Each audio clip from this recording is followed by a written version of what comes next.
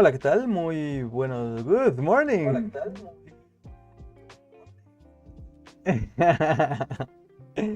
For 1 second, I totally forgot that today's streaming is supposed to be in English. Now, it is in English. So, I just forgot to turn on my English chip. But I think we're good for now. I'll just finish setting this up. What about this? Goes in here. What about this out here? Okay, cool. I am just finishing up the settings of both my streamings. Remember that this is a streaming that is live both in YouTube and on Twitch. So whatever platform you feel more comfortable with, you can select them. In both we are as Dev Pixel Studio, just if you haven't realized yet. And let me just finish this setup. I want to take a look into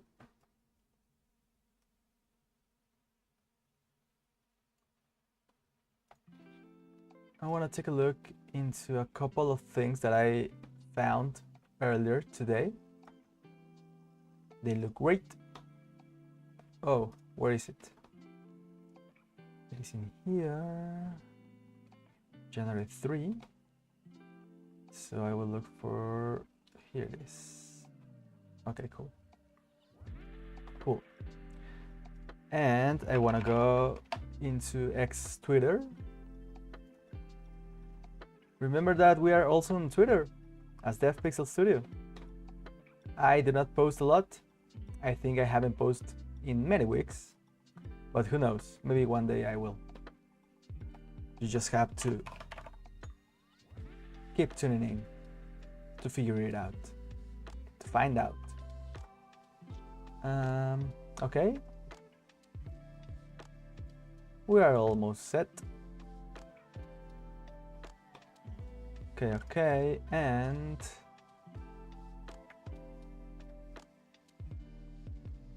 what am I looking for? Okay. There we go. Thank you very much for being here in this Tuesday. Is it Tuesday? Yeah, Tuesday, January 16th. Thank you very much. I hope you're having a great week so far. I mean, if not, that's how life goes. But right now, we're going to take a look into... yeah, there are no Black Magic news, so nothing new to see there. For some reason, it was recommending me the Adobe account. So I feel curious to know what is going on here, because there is an announcement from 33 minutes ago. It says, we are excited to introduce an intuitive new audio workflow that makes it faster and easier to edit and mix sound directly into Adobe Premiere. Focus on storytelling and get your final sound mix with fewer clicks. Let's see what's going on in here with Adobe. I don't like him so much, but we have to be... I mean, they slept like for... I don't know, like many years. But in the past 1-2 years, they have been like really trying to make a difference. And I'm glad about it. I'm not sure. Oh, is this all? Okay, let's see what it is. This is just a 2-minute video. Let's see what they are actually talking about. I will mute this for a couple of seconds, do this, and let's see. Get to your final sound mix in fewer clicks. It's now easier and faster than ever to work with audio thanks to a completely redesigned, intuitive new workflow that puts everything you need just a click away. Okay. Audio clips include new visual fade handles, so you can simply... That wasn't a thing in Premiere? I mean, we have seen that like for many years in Audition, but I didn't know that Premiere wasn't allowed to do Drag to that. create a variety That's of cool. different fades. The power of AI automatically recognizes if your clips are music, dialogue, sound effects, or ambience, and adds a new interactive badge. Just click That's cool. That's cool. Having a badge to remember if your clip is any of those, that's cool. to get instant access to the most relevant tools for that audio type in the Essential Sound panel. Redesigned effects badges in the timeline make it easier to see which clips have effects, quickly add new effects, or automatically open the parameters for the effect you want to adjust with a single click. Waveforms intelligently resize with track height on clips with gorgeous new colors, so your sequences are easier to read. Okay, what did she On say clips about the with colors? gorgeous new colors, so your sequences are Oh, easy oh. for the effect you want to adjust with a single click. Waveforms intelligently resize with track height on clips with gorgeous new colors, so your sequences are easier to read. More intuitively access your favorite sound tools already built into Premiere Pro, like the revolutionary Remix tool, which uses AI to identify cut points and instantly retime music so it fits That is something that I haven't seen in DaVinci. They need to do that. That's amazing. your That's video really cool. perfectly. Loudness matching evens out levels across your sequence in one click. Enhanced speech magically removes noise and improves poorly recorded dialogue, so it sounds as if it were recorded in a professional studio. Hi, I'm Keenan Matthews, and I'm a track coach. Auto ducking automatically adds keyframes to dip music underneath dialogue, so voices will always be clear in your mix. Wow, okay. With Adobe stock libraries accessible inside of Premiere Pro, you can try out over 75,000 music tracks in your sequence before licensing. Or you can go deep with industry-standard pro audio tools for precise control over every aspect of your sound. Whether you're new to audio or an experienced pro, it's faster and easier than ever to find the perfect tool at the right moment. Go from import to mix in fewer clicks with this massive audio update. It's Premiere Pro, remixed. Try Okay, it today. it looks cool. It looks really, really cool. It really wanna makes me try to edit in Adobe Premiere. So that's great. I think that having category tagging with AI powered thingy, that's really cool. The handles are cool. I mean, everything is really great. Yeah, so that will be better.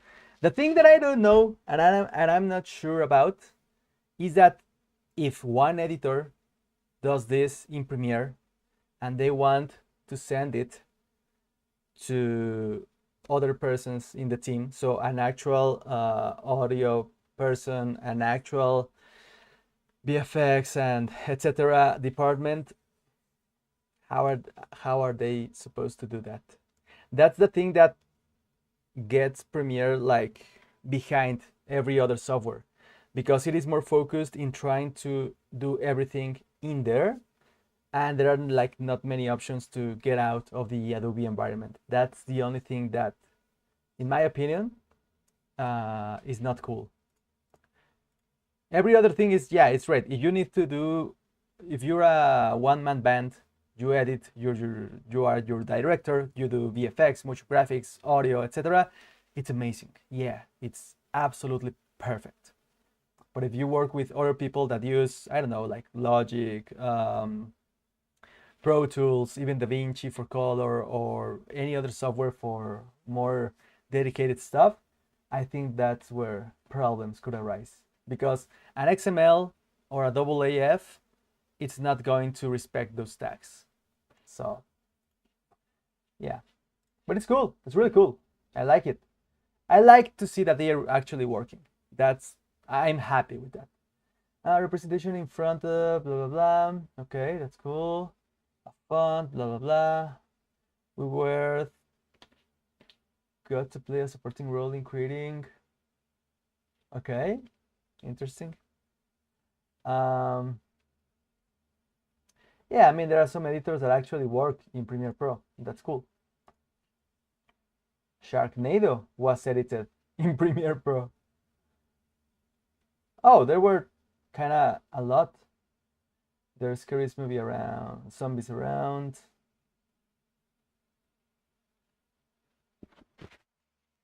Okay, they don't say actually what was done in Premiere Pro. Sometimes people in the team may just use Premiere to pre-select some clips, and they can say now that they were part of it. I mean, they were, but I wish I could know a little bit more about that. Just a little bit. Just to be clear that what are the tasks that were assigned to Premiere in this case. Okay, okay, let's see. What about CES 2024? 2024, thank you. Okay. Yesterday I was looking at some images. I didn't see this. I don't care about this. Yeah, this was amazing. We already saw that. What about the latest? Not the top, but the latest. No, yeah, the top. What's this? The Water Cube 100. Groundbreaking appliance that efficiently produces over 100 gallons of fresh water daily from the air. Oh, that's cool. 100 gallons daily? That's quite a lot.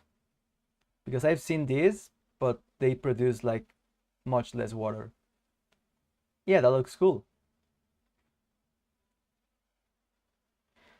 A machine that turns her. Okay, that's that. If you want a physical keyboard, oh my god. I mean, yeah, sometimes I wish I could have a physical keyboard, but I'm not sure if.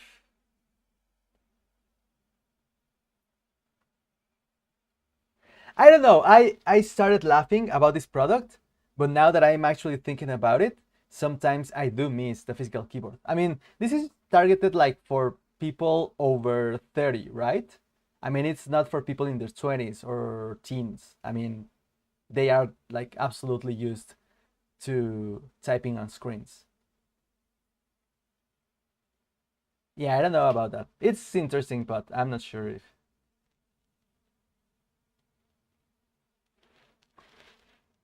Okay, that's Linus. What's this? Oh, what? Okay, a mix of projector and a foldable screen. Okay, this is a foldable cloth.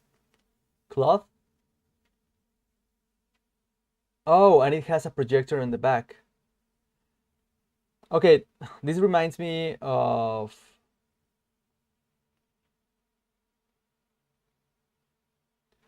Okay, so what this actually is just like yeah,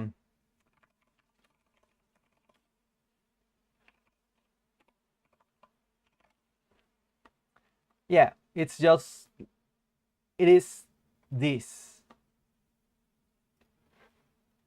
What are you talking about? I am not a robot. It is this. I mean, it is a light that goes into a white screen, right? It's the same principle as a normal light. The difference is that instead of being just a simple beam of light, it is an actual image projector. I mean, it's a good idea, but I'm not sure why would you want to carry that around. If you go to a party, it's most likely that there is a screen there. This is not for personal use, right? This is more like for trying to watch the same thing with 2 or more people. Do you see yourself carrying this around, like to watch a movie on the go? Yeah, the idea I think is cool, but I'm not sure about the product itself. What is this? Okay, that looks cool. A real life transformer in the skies. Okay, so this is a drone, kinda. That. Okay, that's interesting. Would you like to see a tiny person dancing on a regular table? Okay, this is like a holographic thing. Oh, it looks good. But how is it working? Portal graph. Portal graph. Is this it? Okay, this is like a whole environment. I'm not that impressed about this because, oh, these are actually screens, kind of. But what about this? This is not inside anything, is it? It is actually on the table, or not? I am really confused about this one. I am really, really confused. More cars, lots of cars. Come fly away with me in CS. It is a flying car. Okay. Of course, it is not going to fly in CS. Or is it? No, it won't. Okay. What else? What else? What else? Okay, nothing that cool to see. I mean, this is cool, but I'm not sure how it works. So I would need to see how this works because that's interesting. Anyway, I was also intrigued by it's this one, but how can I? Oh yeah, it's this one. So the thing about this is that if you have seen any of these kind of time lapse where the stars move around, they are really cool.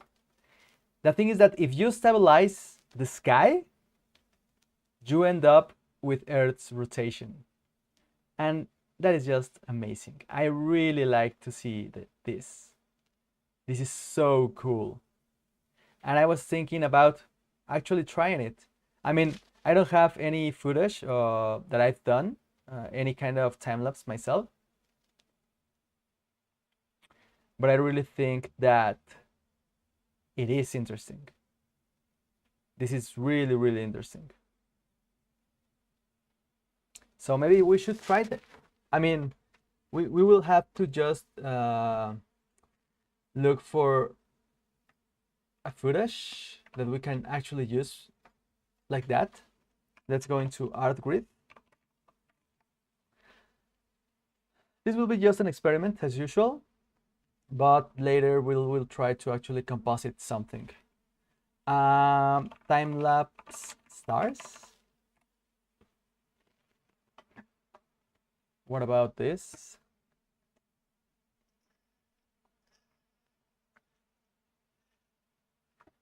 Okay, this looks good. I would need, yeah, this is cool.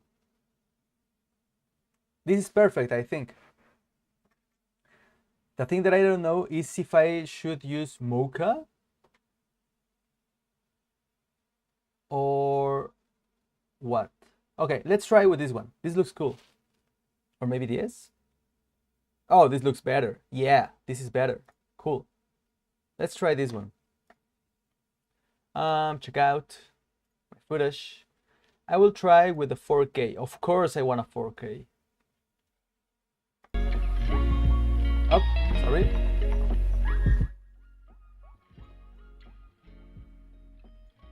Yeah, maybe I should use just one.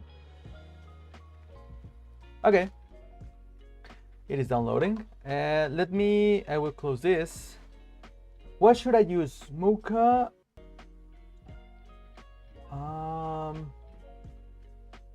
Mocha or Fusion? I mean, I will use Fusion.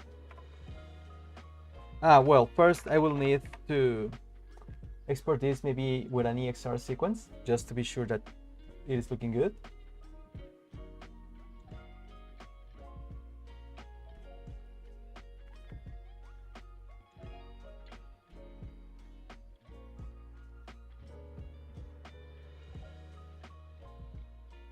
Okay, let's go in here.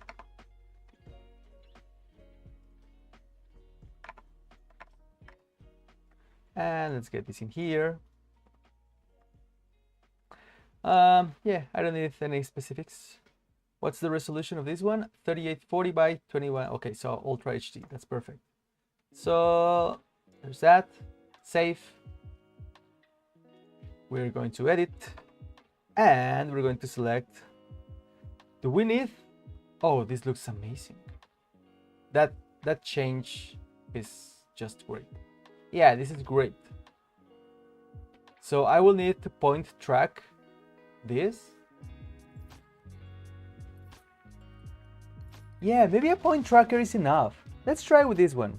Let's get this right into DaVinci's Fusion. I'm not even going to use Fusion Studio. I will just use this.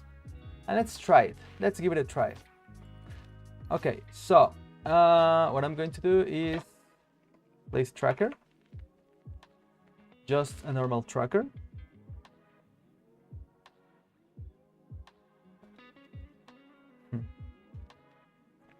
And we're going to select, yeah, I think that almost all the points are good looking and they don't travel that much, so this will be enough.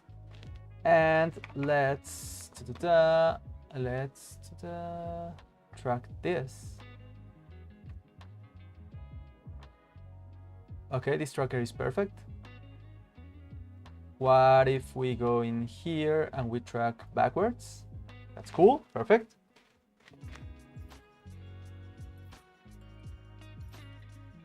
I really like that it is not, well, I mean, the thing is that this looks great, so that's perfect.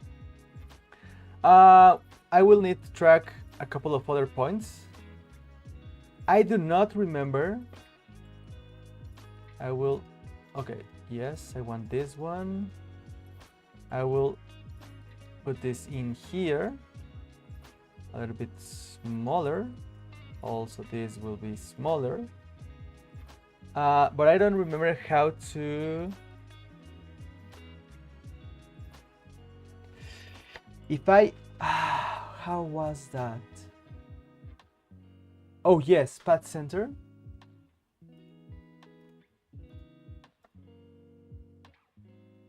Okay, I think it's... yeah. Okay, let's try this just a little bit.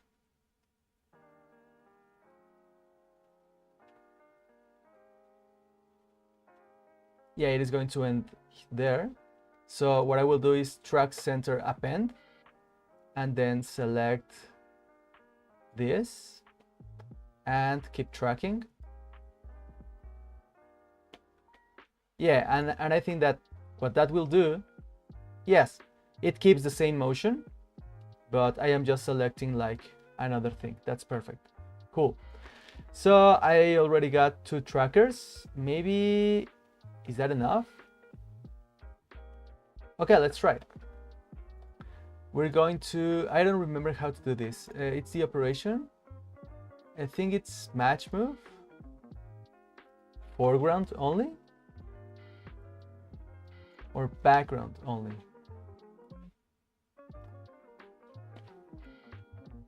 Yes, that's it. So as you can see, our background is not moving.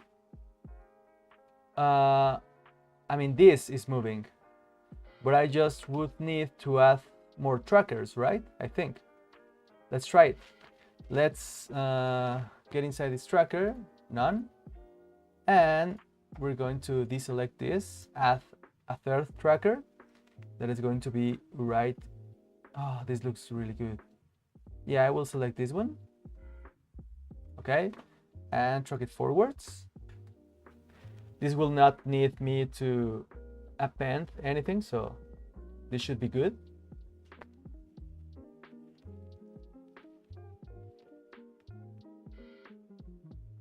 Oh, perfect. What else should I track? Maybe I should track more stuff like in the top corner right here. So I will add another tracker. Oh no, I deleted it. No. Yes. Where is it? Did I lose the track? No, I didn't. Okay, cool. I will add another tracker. Here it is, and I will track some other stuff, which this will be perfect. Track forwards. Yeah, this is slower because of the search area, so no problem. Oh, where is the last tracked point? Here it is, and I will track backwards. Oh, what was that? Okay, I will track backwards again from here. What is happening? Okay, I messed up. Okay, I will delete this. Add another one. Select this. And okay, I am in append. I am doing it wrong. Pattern center. Yes. Add. Cool. Now we move the center. We don't need a huge searching area. Much better. Cool. I will go in here and track it. What is this doing? Why does it fail? Oh, no. What? I will Control C. Let's go. Okay, let's go in here. Try to track it backwards. Okay, cool. That's enough. I mean, it was almost gone. Here it is. And append. Change the pattern. What about this one? Keep tracking. And we already lost it. Append again. Select another pattern and keep tracking. Yeah, cool. So now we have like all of this movement. Hopefully this will be enough. So match move, background only. Let's see.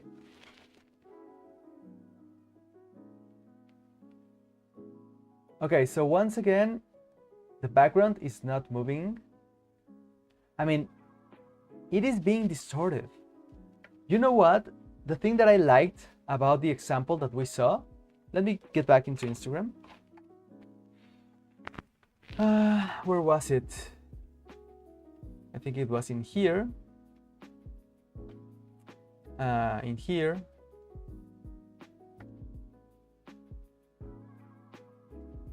And I think this is it. Okay. So the thing that I liked about this one is that it really doesn't move, right?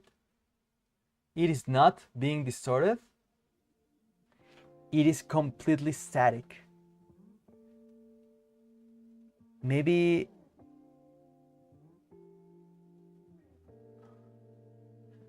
and you know what? The amount of motion that it has.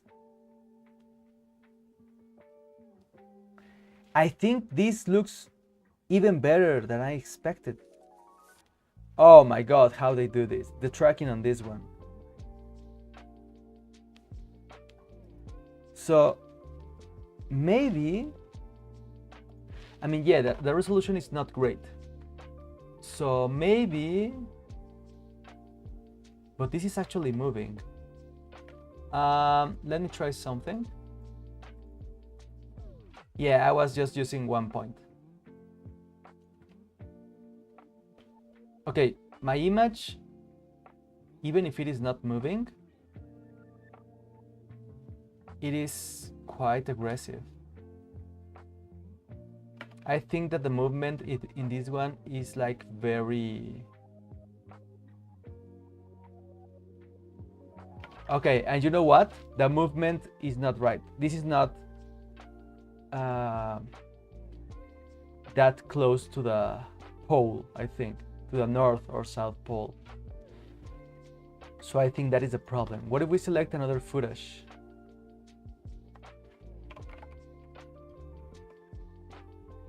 What about a Finland time lapse?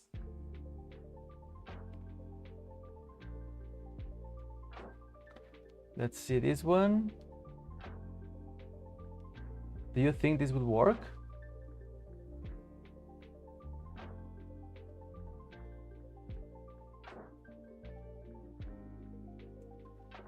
I don't even know.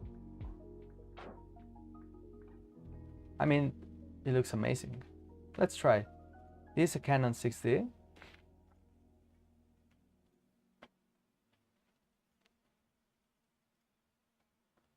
"4K HQ, 25 FPS, that's perfect." I don't know where this is. It doesn't say.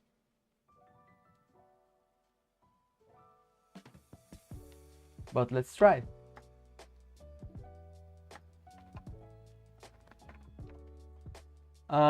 Okay, first I will try another thing.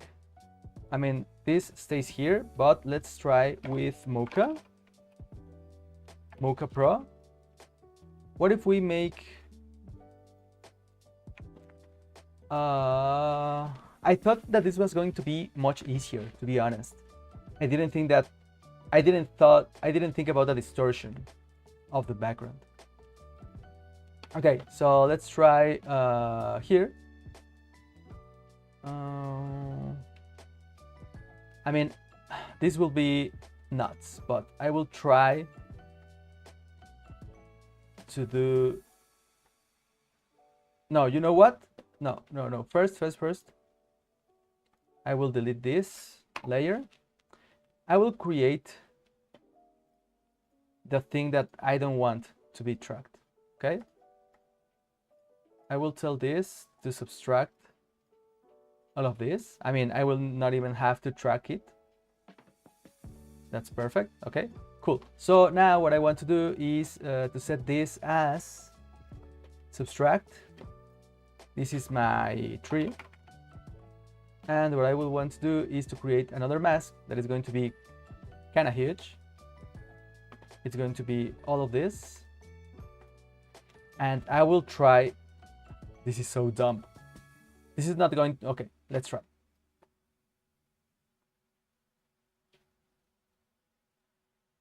The thing is that I want this to be tracked as a plane, not as individual points.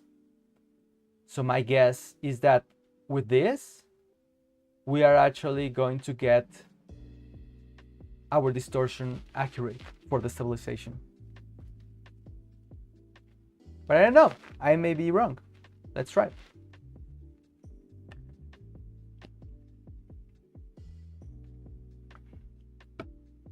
Cool, this is tracked. I mean, it is sliding a little bit, but let's see what the outcome is.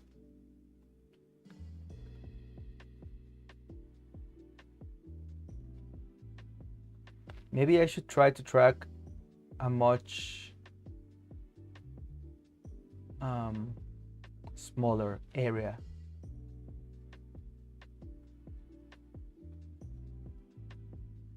Maybe I should just track this. Maybe.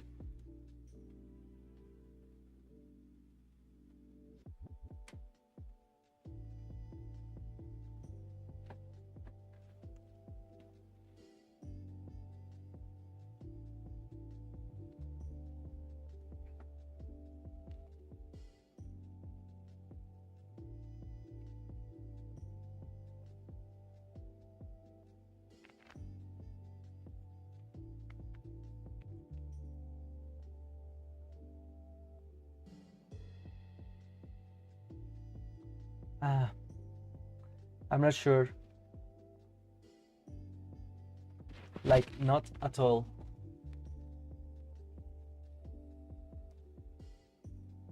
Oh.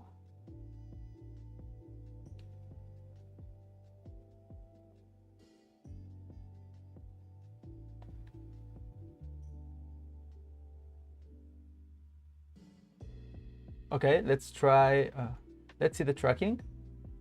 I mean, the tracking looks kind of good enough. I'm not sure.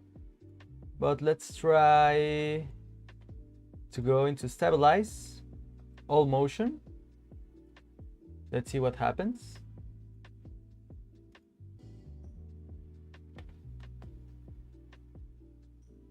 I think it's better.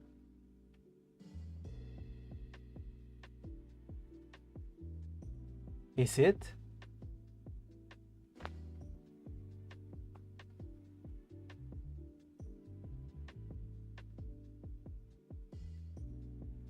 It's not perfect, but it is better. Can I just export this?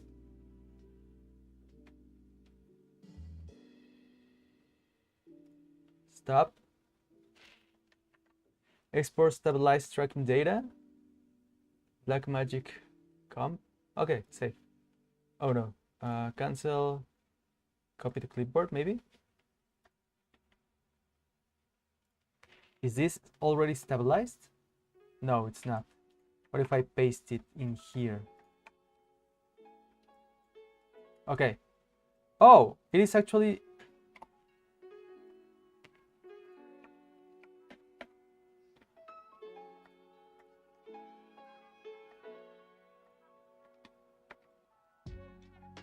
I mean, it is doing the same thing as before. What are the trackers? Where are the trackers? I mean, the movement is... No, I don't like this. Okay, I'll try it again. Will I delete this? No. Yeah, I will try it in a different way. So first thing, yeah, I will delete this. First thing, I will be much more specific with this kind of rota. Because I don't want to lose that many detail.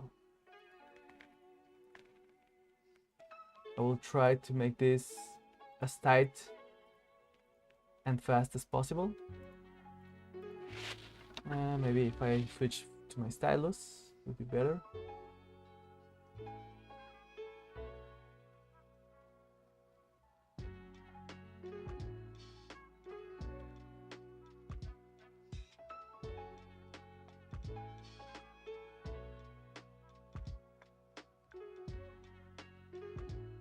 Okay.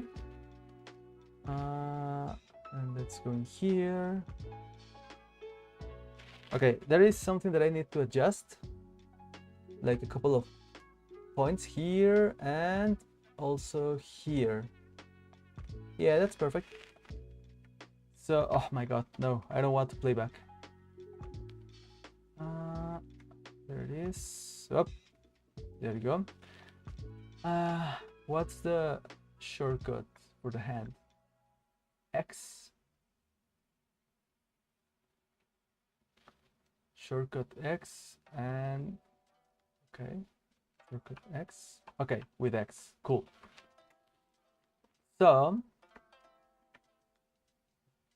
okay, I will try to stabilize just this. Okay, so let's do that. Subtract. This is my tree. And we're going to get a mask of all of this. I mean, even now, this is a much smaller mask. I'm not sure if this is going to work. There's only one way to find out.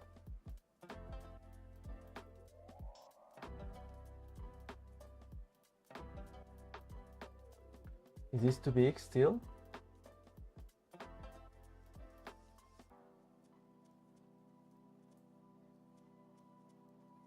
Maybe it is.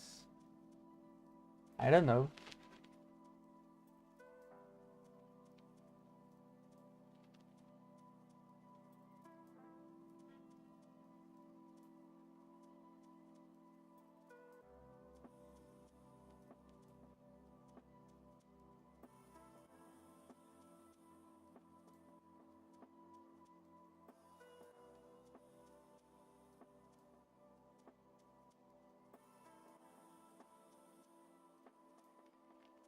I have so many questions about this. How did they do it?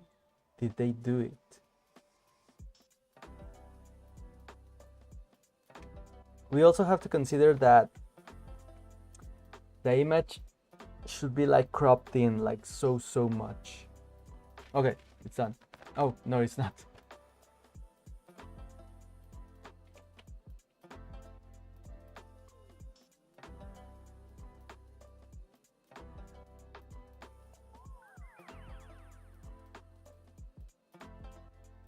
I don't know why I extended the mask so much over here.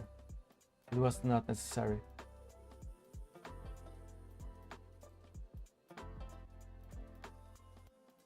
Okay, what about backwards?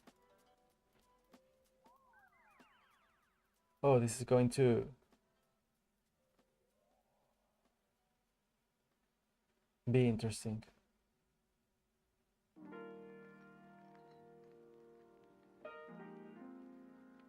Maybe it was necessary because of these frames. But I will do another another test later. What about stabilize all motion? Let's hit playback. It is not completely static.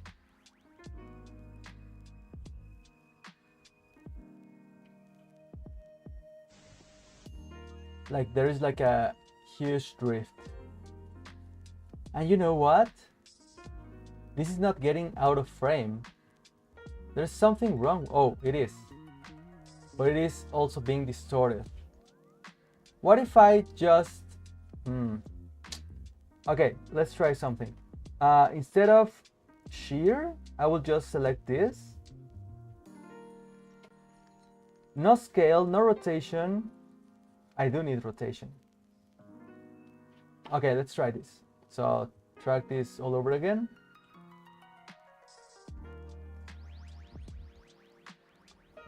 I think that the shear is the thing that is messing this up.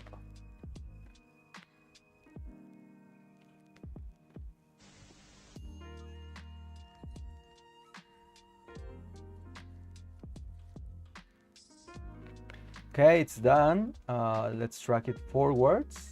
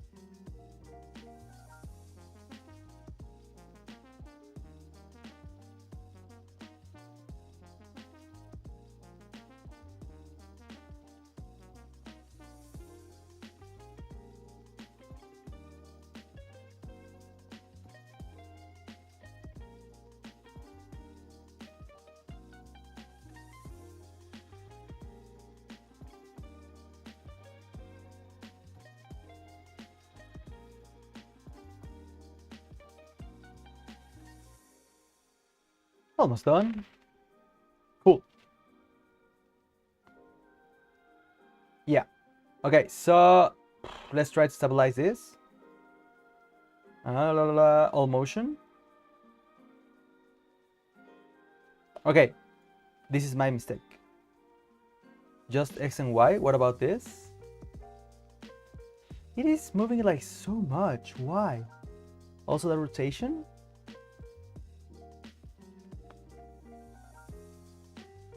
Why is it still moving? I don't understand. Mega plates. There are so many cool features in here that I have never used. Maximum smoothing. Okay, this is going to... Okay, is this better? This is much better. It is actually staying in place. I think we made it. Is this it? Yes, it is.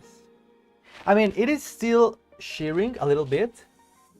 I'm not sure. Okay, let's try to stabilize the X and Y shear. Let's try. It is moving right here. I don't like that. What about X and Y perspectives?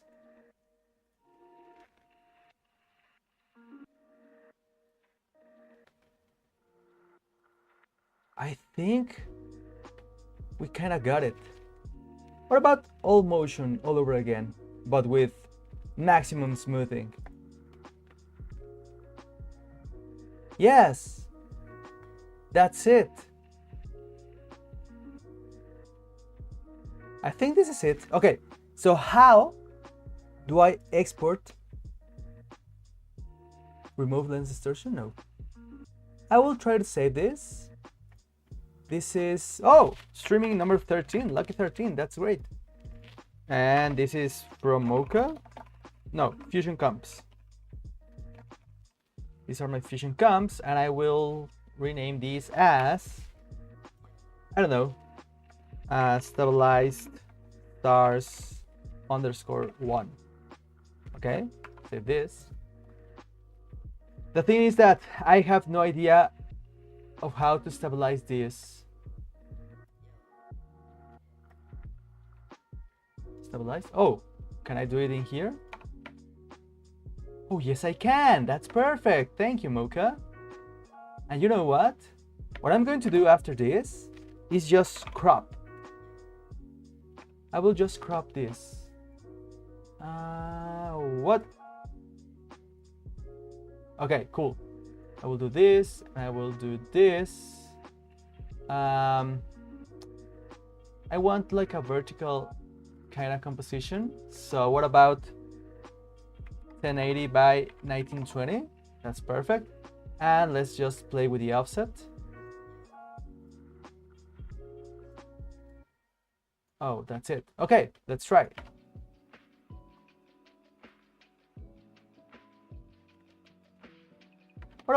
What if I want a square thing? 1080 by 1080, let's say. And I want to 100%. Okay, cool. And I want to offset this for the tree. I want to see the tree. I will not be able to see the tree. Yeah, now the tree is moving.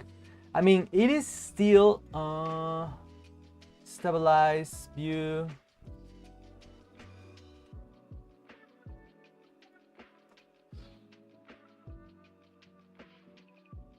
Drop views.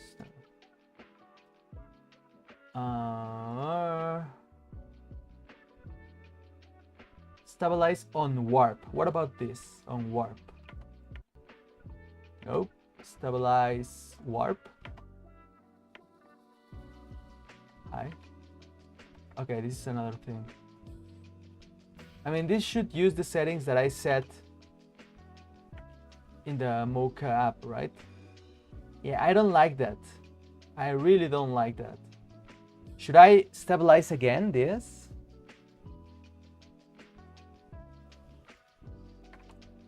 Because, oh my god, this...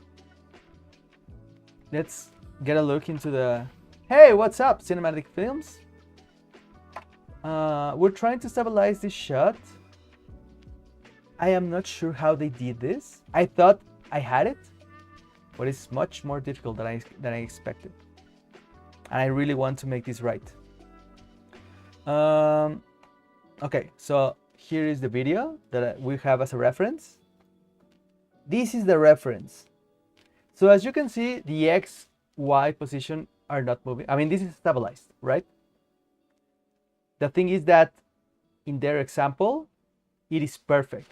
It is not distorting, not one bit. The sky is perfect. But in my example, it is distorted, like so much, right? So what I tried was to stabilize this in Mocha. I mean, it works, but it does not work perfectly. And I don't know why.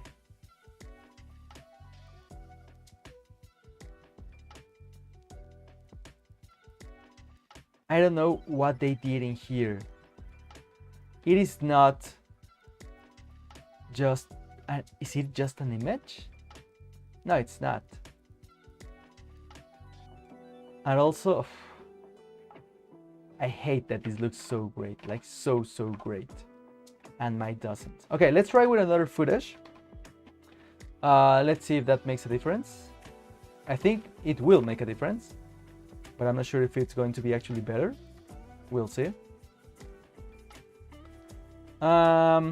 Okay, I will use from here. I just want like 5 seconds, like no more, just for our render to be as fast as possible. Okay, the only thing is that this is actually moving. What is this? Why is this moving? Was this person trying to do... It is moving, right? Yeah, it is. I don't know why. Okay. Let's try this again. Make this into a Fusion clip. Go right into Fusion. And should we... Okay, I will try to stabilize many points with just a normal tracker.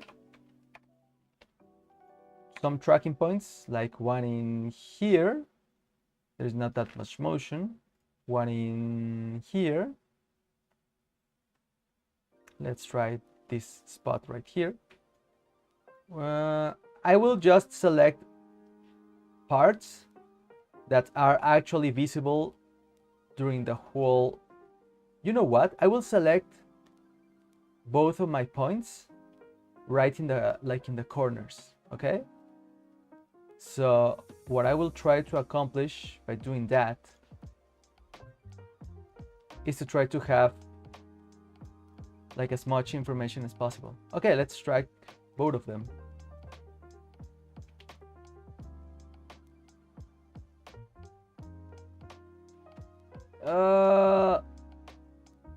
Oh my god, it's lighted. Okay, let's go way back here. Okay, just select tracker number 2 because this is the one that has the problem.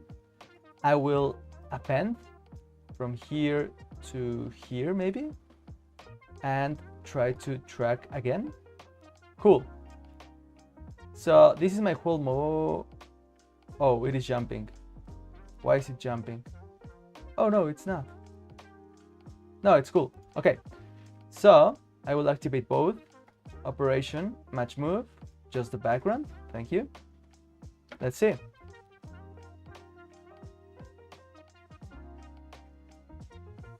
I mean, it kind of works, but it is still warping. Do you see that? Why is it warping?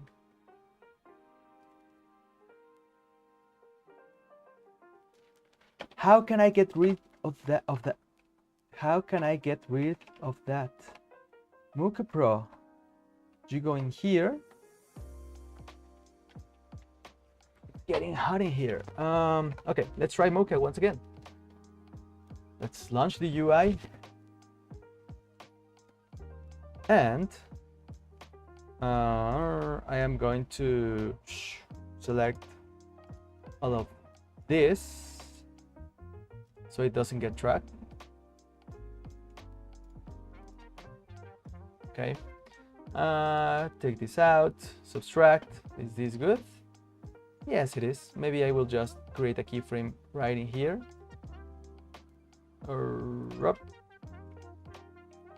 Yes.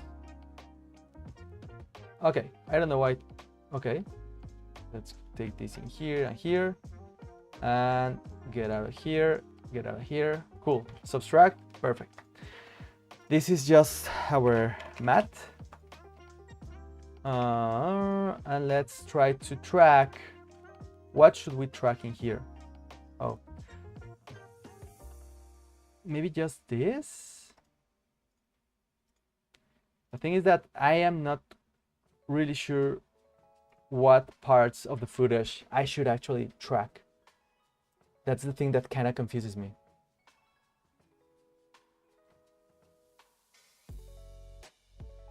Yeah, it's not going to get lost, is it? You know what? It is sliding. It is not that bad, but it is sliding. Maybe if I try like several spots instead of just one big track.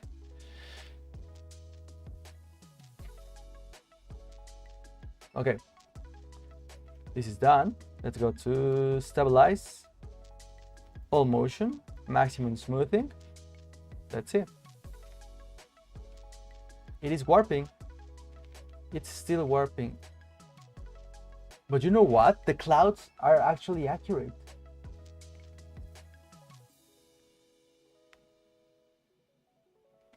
What if I try to...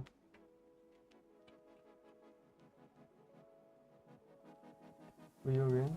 No. Remove mega plates. Adjust track. No.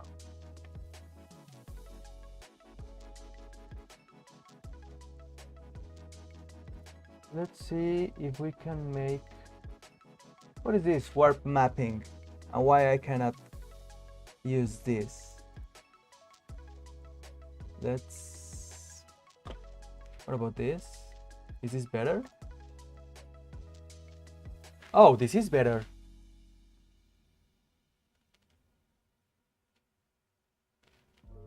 We got rid of all the warping, right? No, this is just the normal footage. What am I seeing? Oh.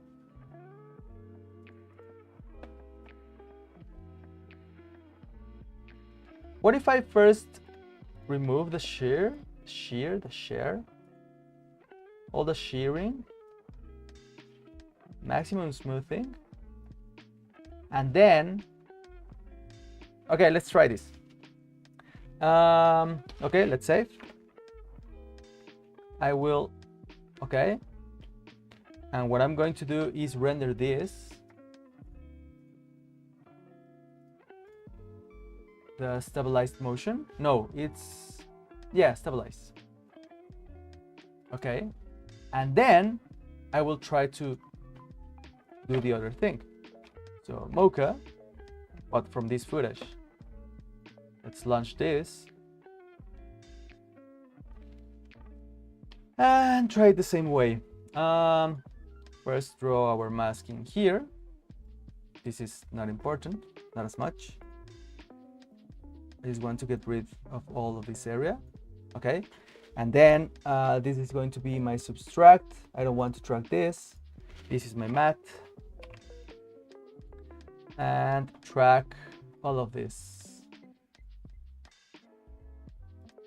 Please do it. Please do it right. Okay.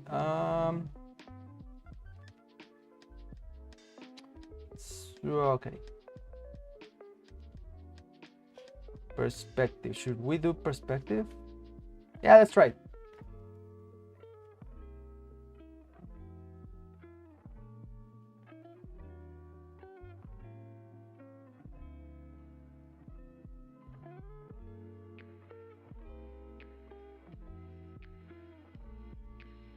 Okay, this looks good, promising.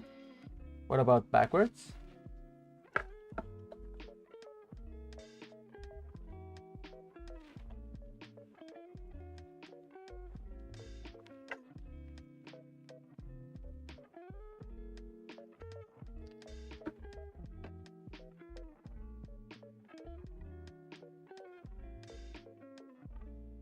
I'm not sure. Okay, I did two things different this time, and that's driving me crazy. I first stabilized the warping of the image in a previous Mocha node, which is good, I think. But here, instead of doing the same kind of tracking motion, I added perspective. So if this works, I will not be able to tell if it was because of the pre-render of the warping, or if it was because of the perspective tracking. I mean, first we should just hope that this actually works. Okay, I think it works. Well, it is working. Maximum smoothing. Oh my God, it works. It works. But now I don't know. Oh my God, that's perfect. I love this. We made it. This is what we wanted. Okay, I will do a third try because I'm not sure if it was because I was actually tracking the perspective or if it was because of this previous node. So I really want to make sure about this. So let's get a third try. Launch Mocha UI. Well, first of all, I am really glad that this worked. But let's try this again. I will get rid of all of this. All of this is not for our track. Perfect. And subtract. This is our mat. Add another mask. Oh, yeah, I will do the same. All the way up here. And then I will have perspective. Track it, right? I am really thinking that this was the thing that actually made this work, the perspective tracking. Because it is much more accurate, right? It is, yeah, it is not gliding. I mean, all of these stars are kind of huge tracking markers. That's amazing. Natural tracking markers in the sky. Huh, interesting. I mean, they are so far away, but still. Sometimes while looking at this image, my brain doesn't render the stars anymore. It just deletes them, and it's kind of awkward. Okay, it was way faster. Let's do this and this. It was because of the perspective. It was because of the perspective. Let's save this. And it was much faster because this is just one render instead of two. Stabilize. Do you see that? And now I can go in here, crop my image. Let's say 1080 by 1920. And let's offset our image right in here. And I want to see this. What if I try more? Okay, cool. Yeah, I want this part. Look at that. The stars are like perfectly still. I just will need to lower this offset a little bit. Oh, okay, no problem. Maybe I could just scale this up a little bit.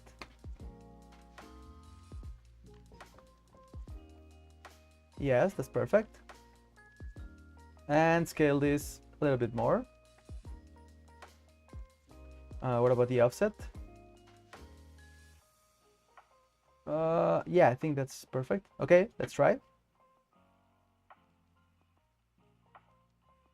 The thing that is just so amazing for me is that the clouds are actually moving. We can see the movement of the clouds and the movement of the earth, but the stars are still, are completely still. So that's it. It was because of the perspective. I was doing it wrong. Let's try one more thing. I really want to make sure that this was done right.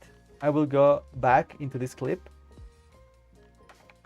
I will delete all of this. And a Mocha Pro node. Cool. This will look really cool. Let's launch Mocha. Let's go and mask this. I will not make a perfect mask.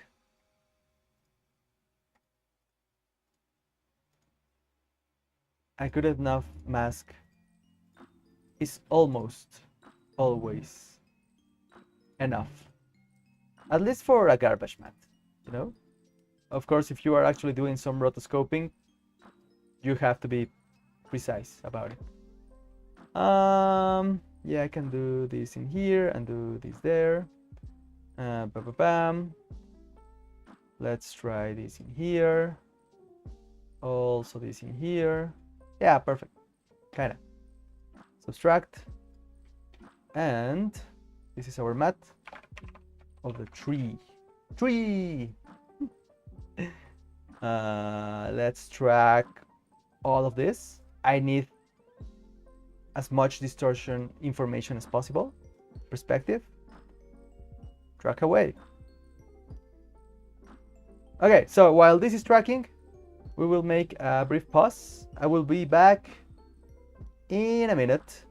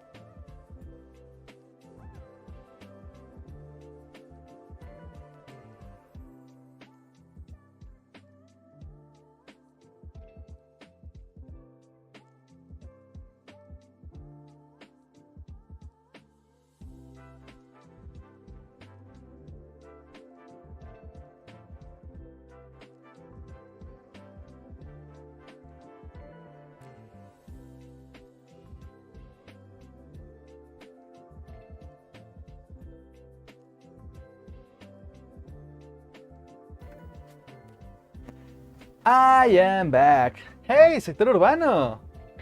I come to practice my English. Just kidding. What are we doing? Masks? Okay, so what we are doing in here. Okay, first, hi. I saw a clip that I really liked. I have seen this before in other Instagram accounts, and they look amazing. And to be honest, I always thought that this was like very easy. To be honest, it is, but it took me a little bit more than an hour to figure this out like perfectly. The first try that I did, I don't remember if I have my first try in here. But let's see if this actually worked. Stabilize all motion, maximize. This works perfectly, right? So the thing is that before actually doing this the right way, I was trying to do it. Okay, I'll try to show you. No, I don't have my other example. What if I try to... This is in another timeline.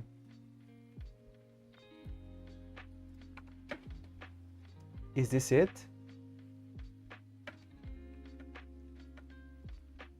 No, this was the accurate one. Okay, so the problem was that I was doing the tracking, but the perspective was shifting. Okay, so when I stabilized it, it was the sky was doing this. It was shifting, right? It was changing, and I didn't like that. So I really tried to make this perfect, and I think I actually got it. So let's render the stabilize. So this is our result. That's it. It is not shifting anymore. I mean, of course, this is going out of frame, but the reason of that is because as we are stabilizing the shot, there are some other things that go out of frame. So that's no problem. So what I am doing right here is to set up a crop tool. So I can do this up. What was the resolution? 2160 by 3840. And then I can shift the Y and the X axis. Oh, no, it was 1080 by 1920. Yeah, that's right. We set this.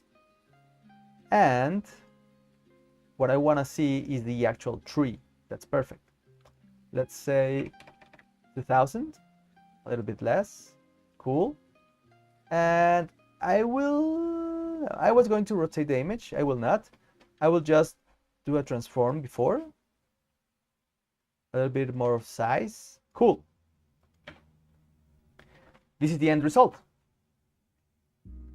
This will take a while to render, but this is exactly what I wanted to do. And I really like the result. It is not warping. It is completely static. And I just love how it looks. Okay, so we have a little bit of, it is, oh, not a little bit, it's quite a lot. So I will try to change the offset. Oh, this is gonna get interesting. What if that is because of the perspective change. I mean, it is still shifting, but it is not noticeable during real-time playback, so it's good enough. I will just increase the size, like quite a bit, or maybe do even a corner pin.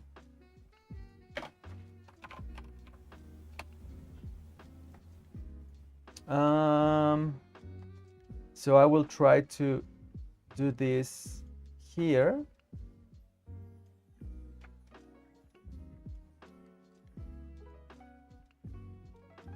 So I can, will this be, yeah, that's good enough. So it is all distorted. I don't care. That is perfect. Yeah, that's cool. So what we learned today is that you have to track also the perspective, so you can actually do that kind of effects, and it works. Cool. Okay, so next thing. Let's see if there is another interesting thing in here. I don't remember if we watched this yesterday. I think we didn't. I really wanted to. Yeah, we didn't. So I saw that post. I thought that was just sky replacement. No. It is a stabilization of the sky. And that's why you get that effect. Oh, I saw this and I really liked it. It's amazing. This is the result of good planning, a good production work, and also, I mean, it's a great work. I love it. So we have under here, what's the name of this? The storyboard. It's like, yeah, it's a storyboard of all the things that will happen in the commercial, right? So let's just focus let's try to do this like in parts, okay? We'll wait until the loop. Okay, cool. So this is the storyboard of the whole commercial. Here's the movements that have to take place, the kind of shots that we need for the commercial, and this is perfect. This gives the entire crew a real view of how the commercial will look like at the end, okay? That's perfect. So let's take a look now at why they actually shot. This is the film, okay? So as you can see, we have these kind of things that are pushing all this stuff, and we have reference. So these balloons, the balloons that were actually helping to move all the stuff, they are there because they are a great reference for the VFX team. So they can know how reflective things are, what kind of color to expect for the orange giant balloon that will be added in post. And we also have real life movement, okay? So this movement is accurate because they are actually doing it while filming the commercial, and that's great. And now let's take a look at the final product. There we go. There's the giant thing that is obviously CGI, but we have all of this interaction because we actually filmed that. I mean, not me. I am saying that they actually did. That is quite a shot. The one where the balloon explodes. I mean, that's like cloud simulation, I think. That may be done in Houdini. I don't know, but this looks perfect. I really love the look of this. We even have, you know what? I really love, let me look at these reflections, right? These reflections, look at this. This looks amazing. And that is because of the real balloons that were on set. I would like to do something like this. I mean, not as complicated, maybe just one shot, but try to do something similar. The thing is that I don't know what exactly. I don't even know how to make a balloon, not even in Blender, so I will have to figure that out. Yeah, that was a clip that I really liked, and I really enjoy seeing that kind of behind the scenes, because that makes you think about how precise you have to be while being in the pre-production, like in the storyboards, like in your script, everything that goes before the actual filming of whatever thing you are filming. And that will help everyone in the crew to know what is going to be expected for the final edit. Yeah, that's cool. These are really cool shots, right? Okay, what should we do next? So yesterday, I was trying to avoid the... I will not save this. Yeah, there's no need. This was just an experiment. Should we? Yeah, I will save this as stabilized sky. Okay, so what I'm going to do is get in here, and what were we doing? Where was I working? Was it in here? Oh yes, this is it. Okay, I really love this clip. So what we were doing, oh, I was in Fusion, right? I think I was.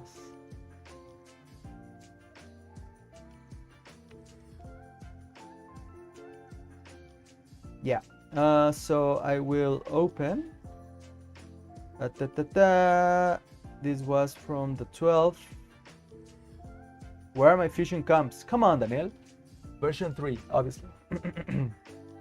Let's take a look in here. This is perfect. Oh yes. Oh yes, we did all of this. We have a perfectly aligned horizon. We already have a 3D object inside our scene.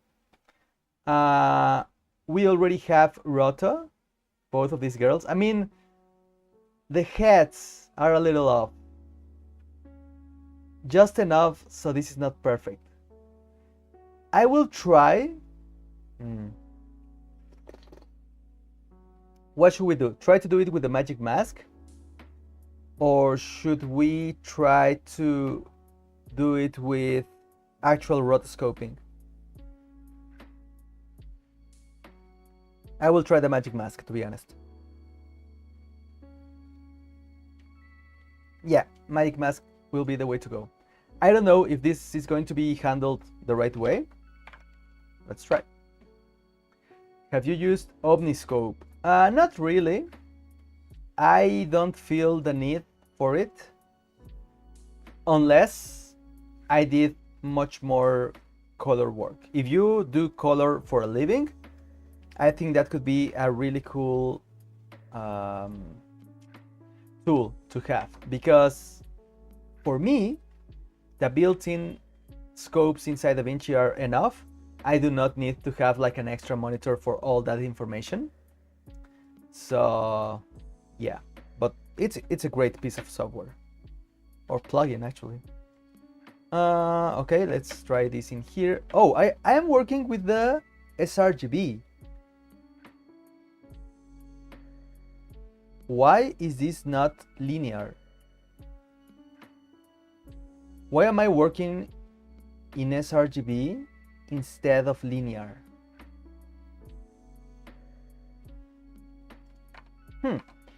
Okay, let's go in here. Yeah, it was because I was okay. So I used sRGB.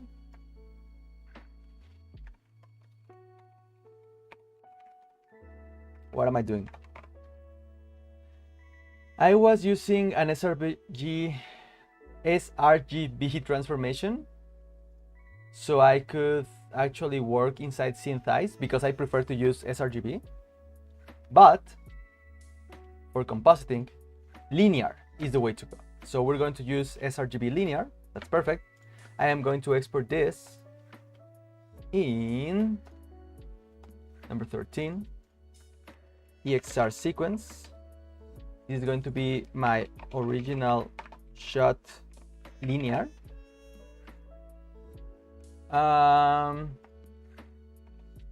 Is linear sRGB dot original DWA EXR. That's perfect, and let's render.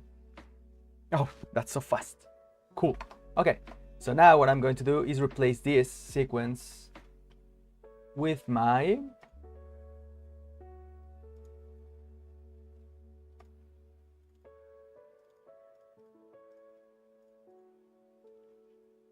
cool. And what I need to do is to set an OCO color space transform so I can actually see this.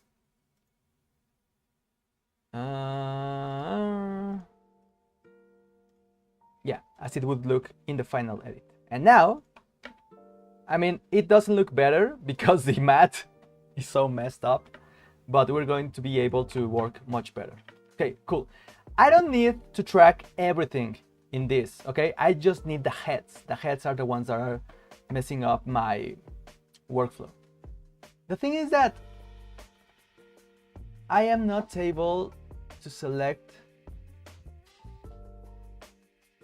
The thing that I don't understand about DaVinci is that when you go into the color tab and you try to mask with the magic mask, you first have to say if you are trying to track an object or some person features. If you go into person, you can select features, like for example, hair. Let's say hair. Okay, so the thing is that in theory, this should work like kind of good for this kind of things. My problem with that is that if you go into Fusion, either in the Fusion tab of DaVinci or Fusion Studio, and you use the exact same effect, which is the magic mask, you don't have that kind of settings. And if you do, I have no idea where. It is not here. It is not. So I don't get it. Oh my god, this is awful. Let's try better. It is better. It is not perfect. Consistency, let's override this. Let's try to add this in here. Okay. I mean, it looks kind of good. Post filter. Do we have a post filter in here? Yes, we have. Okay. Let's try to see this in here. Oh, this looks good. Okay. I will try to do this in the color tab and see what happens. I messed up. I messed so bad. Let's track. This is not working. This is not actually tracking. Oh, I think that's my fault. No.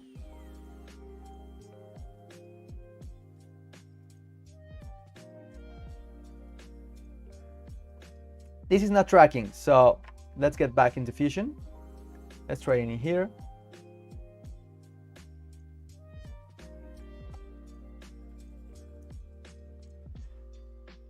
I would really like this mask to be consistent enough. Looks awful. Let's try this. Post multiply image. Yeah, so multiply.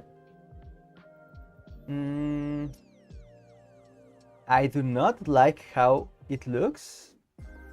Although if this is actually a consistent mask, it will be great. But if it is not, I am going to cry so bad. This is not working. What am I doing wrong?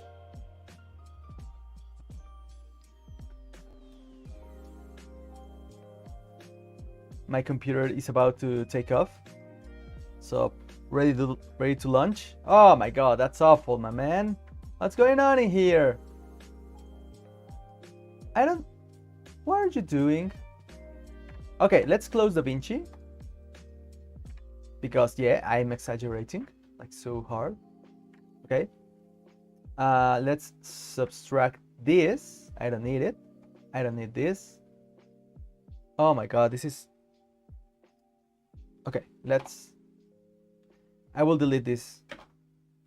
I'm not sure if my computer is... Okay.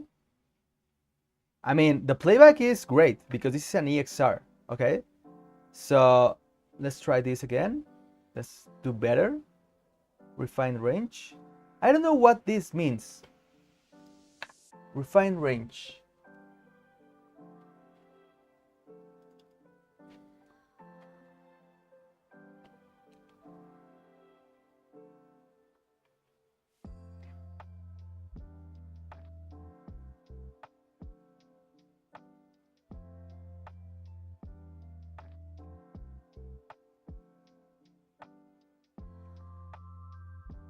Where is it?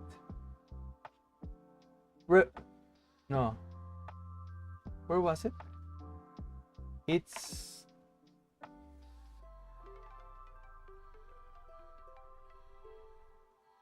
before the post multiply.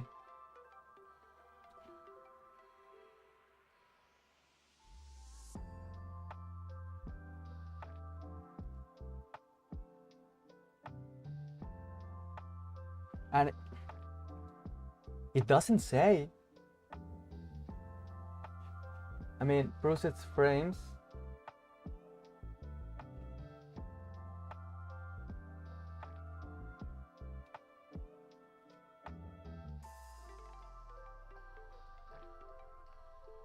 Reference time, yeah, this is not renderable. Processed frames, okay. What is this? Refine range. What do you mean? Okay, let's try to do the mask.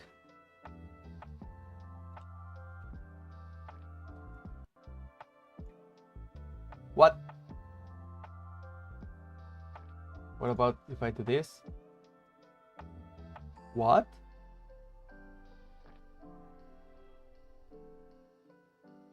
Okay, I will keep it down here. That seems to work.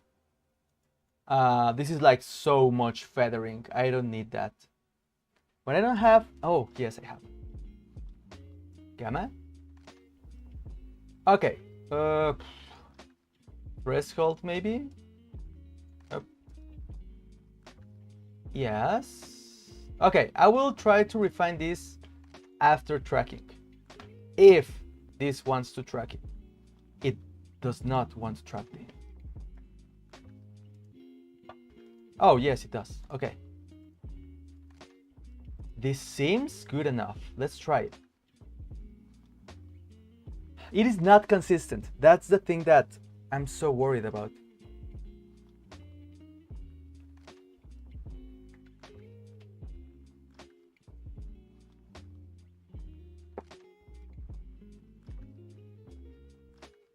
Come on. Okay. This looks... Yeah, I think this will give me like the same kind of problems that we had earlier with this. It's very similar. It's a very similar issue. So AI is still not good enough to track these kind of things. But I think this may be... What am I... Why? Why is the tracking backwards button so messed up? Come on, do it. Do it. Do it. Do it. Okay, take your time. I don't care. I'll just drink my coffee. There you go. Come on, let's go.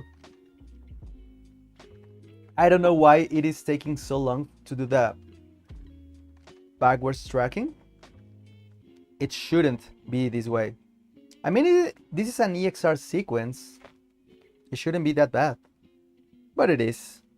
So let's all grab our phones and just try to get our minds in some other place while this thing is trying to roto this head. La la la. La la la.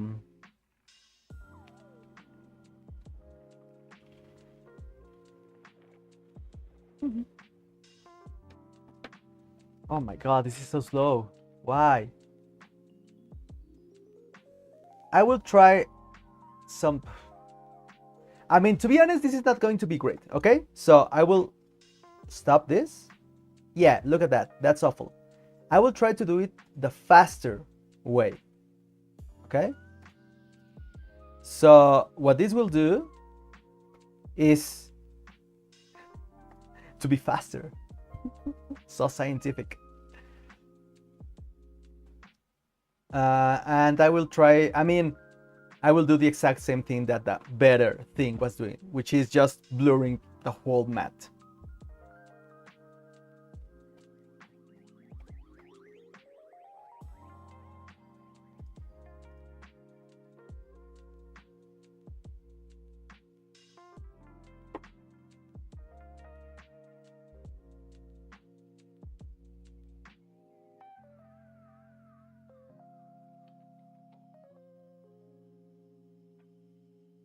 Am I working in 1080 or in 4K? Oh my god. Oh no, this is 1080. I really thought this was 4K. This is taking too long. Maybe I should just restart my computer. That could work. Is this it? Yes, it is. I mean, to be fair, it looks kind of better than the better one. The backwards tracking. Okay, this is faster. Not as fast as I wish, but it is faster.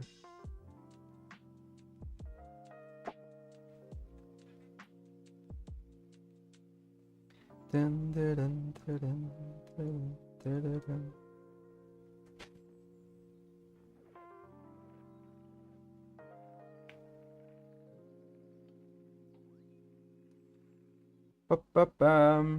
Okay, it's doing good. Thank you.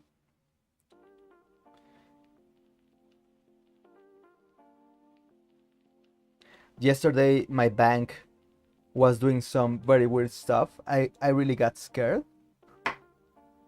It was saying that I made a purchase for around $2,000 thing.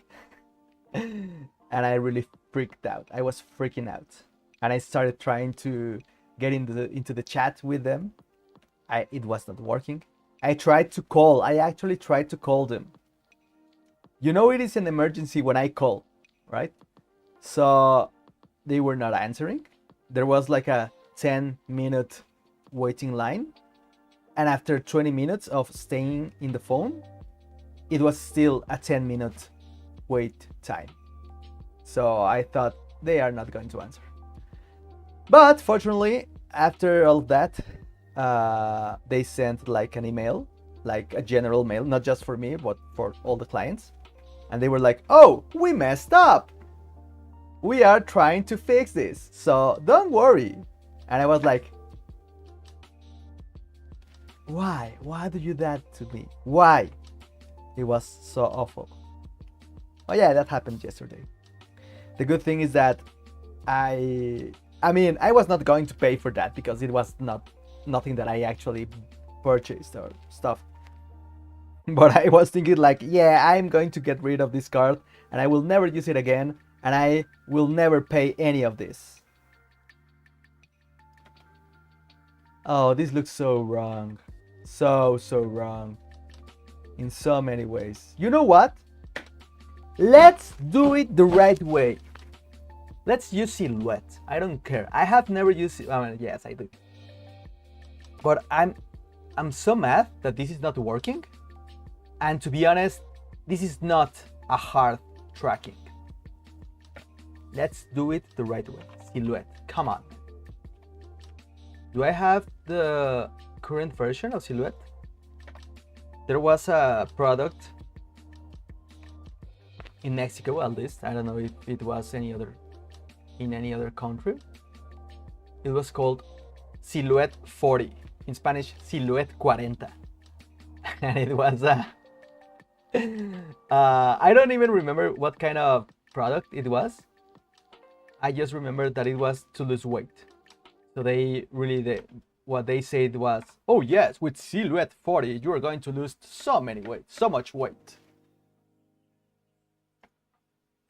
And yeah, it was a very laughable kind of infomercial. But I really loved infomercials back then.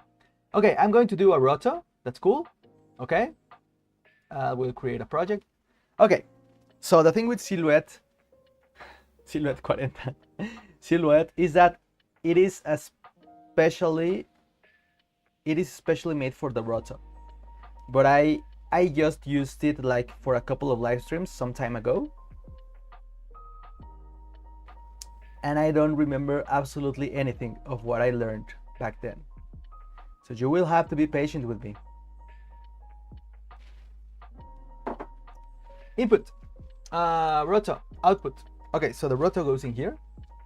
Oh my God, see this? This is the kind of tools, I mean, I'm not sure if you are actually able to see this. Yeah, you can. Wherever I put my mouse, it gets amplified. This is what a specialized tool allows you to do, and I love it. The thing is that I don't remember where should I begin. Should I try first to stabilize this? Maybe I should. What is this? Transform, reshape, iCase, B-spline. I think I will use... What's the difference between the X and B-spline? I don't remember. Oh yeah, the controls are so smooth. I will try first to track her motion. And the easiest way to do that is, yeah, with her hair, I think. I think this is good enough. So what I will try to do is to track it. Oh, here is a tracker. Where? Tracker, Shift T. Does this create a tracker for me? or does it allows me to track? What does it do? Okay, I will try to select this. And oh, I can also transform here. Oh, this is so amazing. Yeah, this is RGB. That's cool.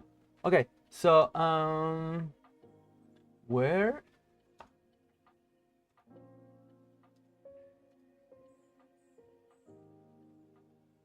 ROI, return of investment?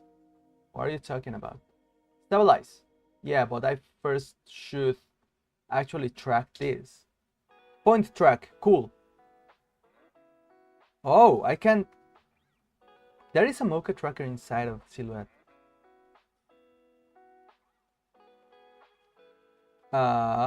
Just not scale, just the translation. That's everything that I need for now. Can I do this? Initializing. Oh my god. Would you look at that? That is some pristine tracking. Yes, that's exactly what I wanted. Let's get back to the previous tracking point, which I have no idea where it is. Right in here. Yeah, so I will track backwards. Cool. So the thing about this, oh my god, I was not even tracking the right spot and this worked. Oh no, I did. I thought that I was tracking something in the background, but no, I was actually tracking this here. Okay, so cool. So now what I will need to do is to change, what is this? Transform, reshape. Okay, so I will try to, you know what? I should have make this better from the start.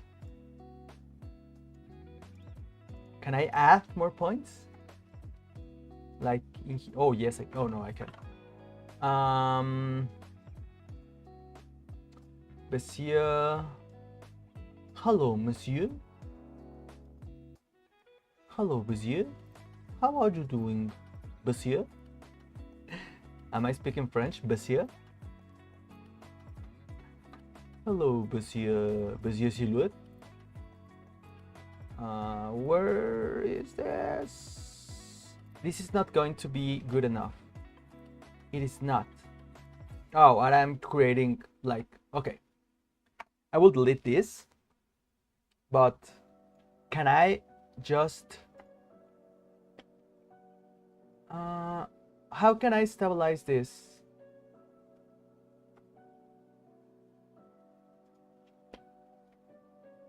Yes, this is stabilized. Love it. So what I should do is just have a mask that can do this, right? So let's draw it. Where is the part that has the more amount of points? I think it's this perspective. That's cool.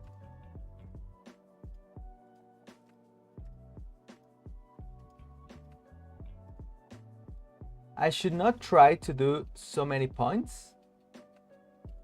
Let's just hope that Pablo Mereu is not here, because he's going to yell at me. He's going to say, no, that's not the right way. I am sorry, Pablo. I am so sorry. I will do it the wrong way. And it has to work. Like, come on, it has to work. Okay, cool. So first frame, and then we'll just try to do this. Oh, no. Is this where? Okay, this is for rotation. Oh, Alt. I love Alt. Okay, so Alt. I will reshape this in here and do the same in here. And what about here? Okay, cool. Yeah, that's the thing that I care the most with this mask is consistency. And if I don't change like single points, it should be doable, right? Very, very doable. I made 2 key points. Okay, this is not. How can I delete keyframes? Right click? No. I do not need this keyframe in here. Object list. Okay. Maybe.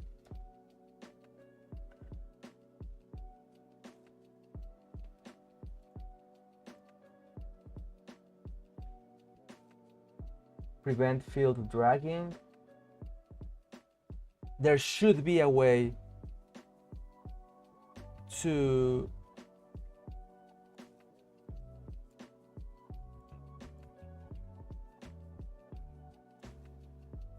delete this keyframe. But how? How can I do that? Let's go into Google and let's search for delete keyframes in Silhouette from body specs. Command click.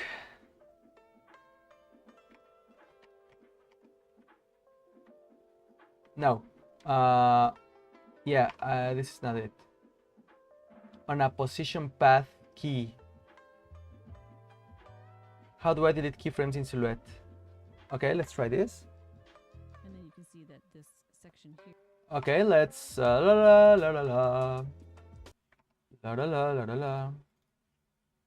Here is actually moved.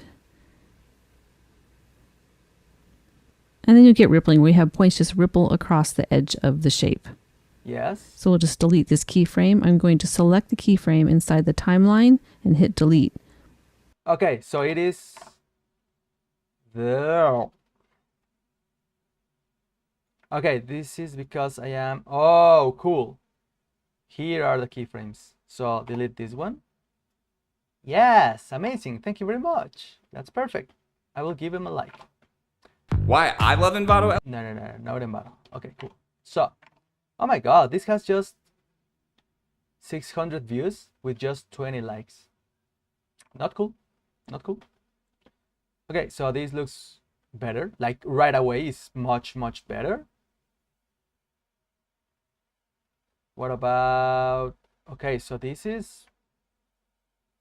I think this will be easier than I expected, to be honest. Once again, this is not perfect, but at least it is consistent, which I care the most. I don't like... Okay, this is like for myself. I will not keep any mask like from now on. I will not use a mask that is doing that AI thing of like wobbling around. Okay, so Silhouette is going to rescue me from that, like from now on. Consistency is the key. Consistency is the key. Okay, where's my music?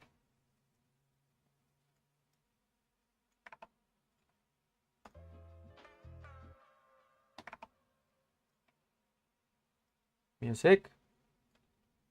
Where's my music? Oh, there it is. Blah, blah, blah. So, okay.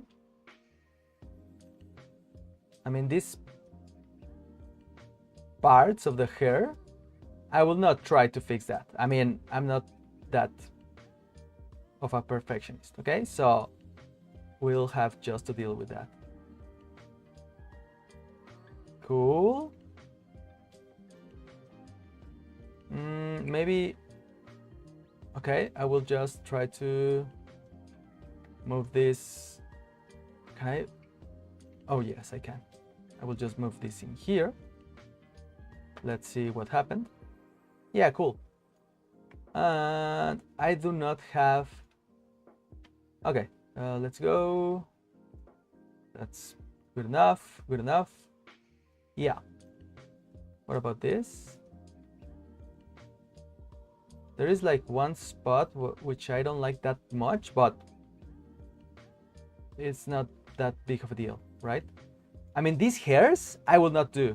I think this could be done with open splines, but I have never used them. So today is not going to be the day, okay? Okay, so right before she starts to lift her head, I am going to adjust this. Okay, I will need this point from the moment the chin disappears, which is right about here. I will change this point to here, okay? So the reason is that I really need, yeah, that's better. And I will, for now, delete these points. Where am I? Here. I will delete both this and this. And I will do it all over again. Because I need them to be like much better. What about control? Is it control? Yeah. Yep. And let's move the whole mask here. Yeah, that's perfect. Kinda. Yeah. And I will also need to change this because now this is like more of a straight kind of line, right? Everything else is doing good. Change this. What about this? Yeah, cool. So let's see the transition. Yeah, it's kind of perfect. Maybe just, yeah, it's cool. Okay, let's get right to the moment where she starts lifting her head. I will just maybe, yeah, I will need to rotate this. Oh no, it's shift. No, come on, control. It was with control. What if I want to rotate but from another point, like for example from here? No, shift, no. Okay, I have no idea. There should be a way to rotate my image, but from another anchor point. I don't know how to do that. Yeah, like I will not do it that way, but there should be a way. Just say. Okay, that's cool. Okay. Oh, this is not like straightforward. Oh. This is kind of messy because of her neck. Okay, so what I will do is I will move these points from here to here and do this. This will be way better for our rota. So let's see the transition. Is it accurate? Kind of works, kind of doesn't. Yeah, that's perfect. Oh, that's not perfect. I will need another. Oh, I am gone. What happened? I think my camera got too hot because sometimes it just glitches. But we're here. We are here, struggling as usual. I will select this point. I think this is the spot where this changes the most. Yeah, that's perfect. Oh no. Oh no. This is way... there you go. Okay. Okay, just a little bit less. Cool. Yeah. A little bit less. Okay, and a little bit less also in here. I was like too off. Okay, cool. So now here is where she goes right there. I think this is a good spot. Cool.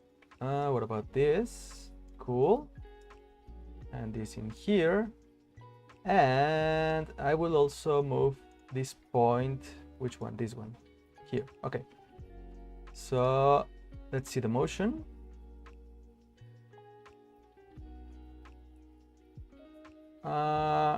It gets up like a little bit late. Maybe if I get in here and do this, that will be enough. Let's see.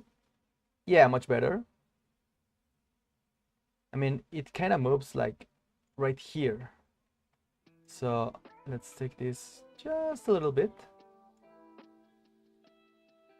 Yeah, I think this works.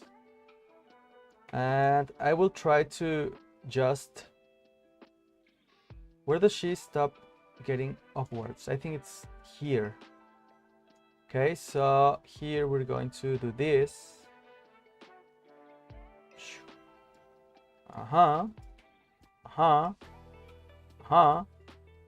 Something right in here. I think I should try to modify this as well, these points, because they are not accurate anymore. Maybe just move them right about here. Okay. Yeah, that's good. It could be better. Just in here. Yeah, that's better. Cool. So let's go back in here. And let's modify this one, which is the last frame. Well, actually the first frame. Oh, cool. I think we're done. Okay, so the thing is that I don't know how to export this. Okay, so we'll have just... should we have a break? No, let's try to export this. I'm going to try to turn this camera on over again. Let's see if this works. Oh my god, it doesn't. Can you see me? Oh yes, you can see me. Cool. So our first roto is done. The thing that I'm not sure is that if I don't stabilize, is this... Oh my god, I don't know how this works. I have no idea how this works, but it just does. Look at that. Look at that going. Yeah, can you see that? It is not perfect, but that's just what I needed. That's exactly what I need. Okay, so I'm not sure if I'm going to output both of them. Well, let's say this. What if I try to close this? Let's get back into... Oh, cool! It is already done. I didn't know that. So as you can see, the sRGB looks worse than the linear. And that's just because linear works better. That looks amazing. So let's give it a try. I have a mat in here, which I will control with this. So this goes in here, and this goes in here. And what I will try to do is to get both mats to work combined. Combine alphas, add... Oh my god, what happened? What is this? What's going on? Oh my god, this was already working.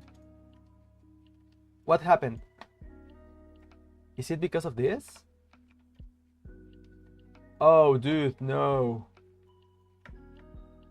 It was already working. What happened?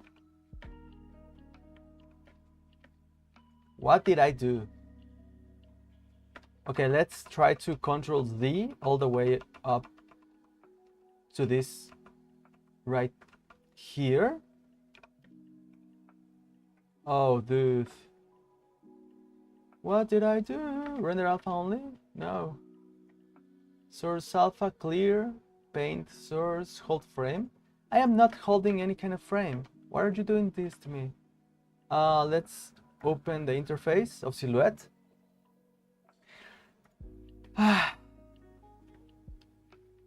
Okay, so this works, right? So at least we know that Silhouette is doing the right thing.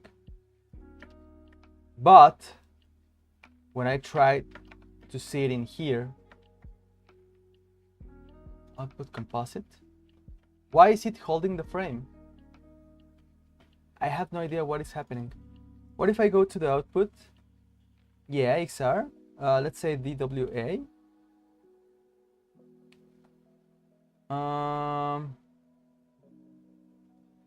Yeah, I mean, The only thing that is in theory happening is that we're seeing this, right? Should I try to? No, that's not it.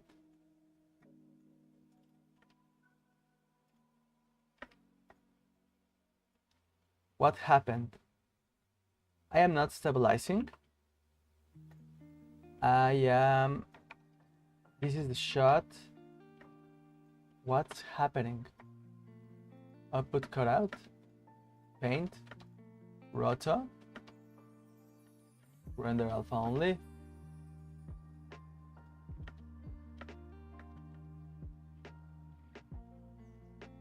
Oh my god, if I reset this, I do not want to reset this because that would mess up with my alpha. Can I combine multiple composites on the edit? Yeah, you can. I mean, you would have to give me an example just to be sure what you are trying to do. But yeah, you kind of actually can do it in the edit. There are some limitations, of course, but if you give me an example, I can give you a better solution to whatever you are actually trying to do. Why is it freezed? Why is this a freeze frame? It was because I was doing this, right? It shouldn't be that way, but okay, let's take a little break. I will leave you with this render, which looks cool. I hate that the math's not working. I mean, that's not cool at all.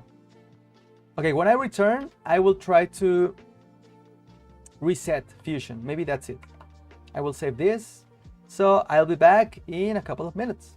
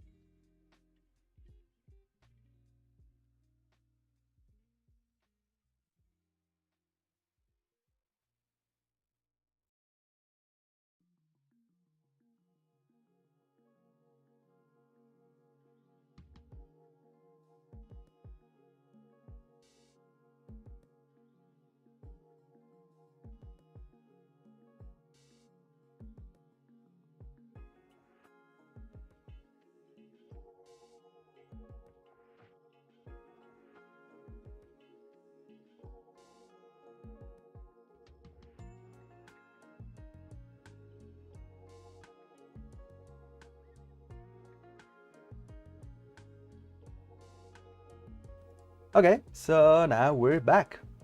Almost back. I know you cannot see me, but I am trying to think what's going on in here.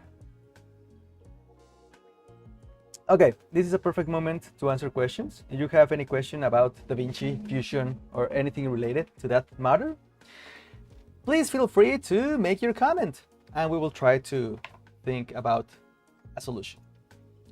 Okay, so I am new to Resolve. I have to create heavy and time-consuming animations on Fusion.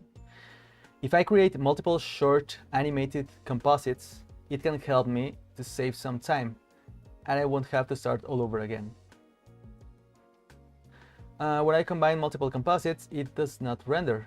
It shows failed because it can't be processed. Okay, so is there any way that you can share with me some of your Fusion compositions? If you can send them by mail to me, we can try to make that work like right here, right now. Because it may be that some of those animations have like too many. Well, if you say that they are heavy, maybe you can pre-render them. But if you want to be able to modify them like in the fly, yeah, there should be a way to do it. But if you give me like your comps, heavy for a beginner, yeah, it doesn't matter. I mean, if it is heavy, it is heavy. It doesn't matter if you're a beginner or not. Okay, don't worry about that. But yeah, if you can share them with me by mail, to what mail? You can mail them to Daniel at devpixelstudio.com. I am writing it in the chat. So if you can send those comps to me there, I can help you right now. But what? I think that the silhouette node got all messed up because I was changing the input. I really think that. What if I reset this? What happened?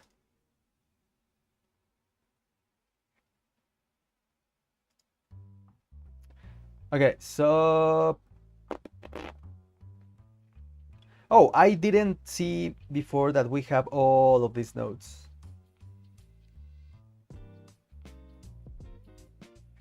I knew it had a lot of nodes, but I didn't know about all of this. You can do a Z mat. That's amazing. Composite work? What do you mean, composite? What's going on? Come on. Is it because... Okay. I will restart my computer. I don't see any other way. I will restart my computer. I think that this is crashing. I will not go anywhere because fortunately my main computer is not the same one as the one that is streaming right now. So I will just go through this painful experience. Ending all of these tasks. I will delete this. I will keep this. Yeah, this is not working. I have not saved this. Oh my god. I don't know if I saved it the right way or not, but we'll see. Okay, I will close everything out here. What is this? Yeah, close, close, close, close.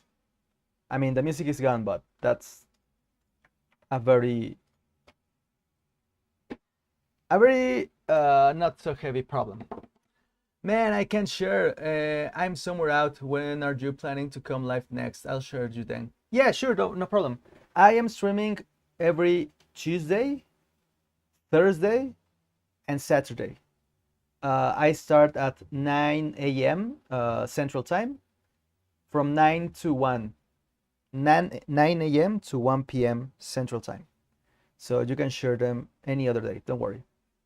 Tuesday, Thursday, and Saturday. Okay, so this is turned off already. Let's try to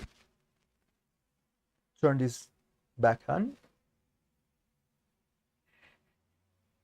I'm not sure. Okay, it is turning on. It is. Cool. And try all over again.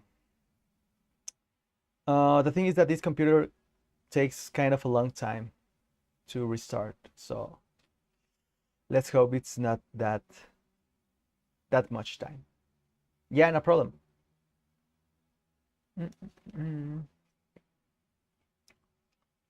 Cool. Oh, do you see that?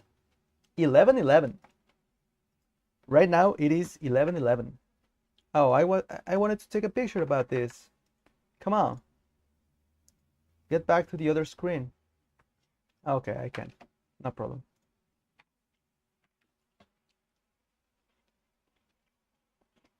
And we are almost back.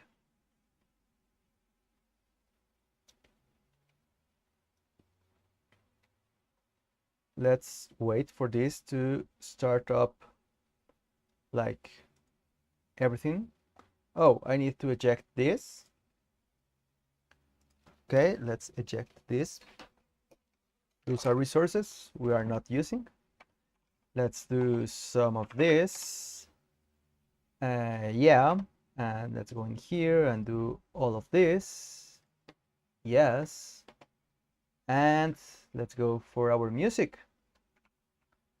I don't need that many tabs. Okay, cool. Cool.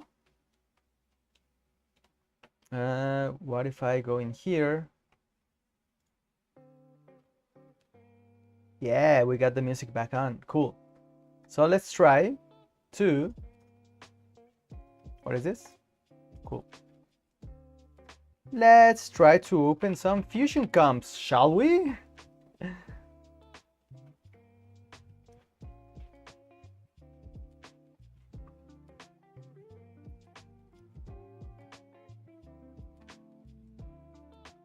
Okay, so open. I think it was this one. I should have created a new version for this. My mistake. That was my mistake. This one is... Yeah, it's frozen.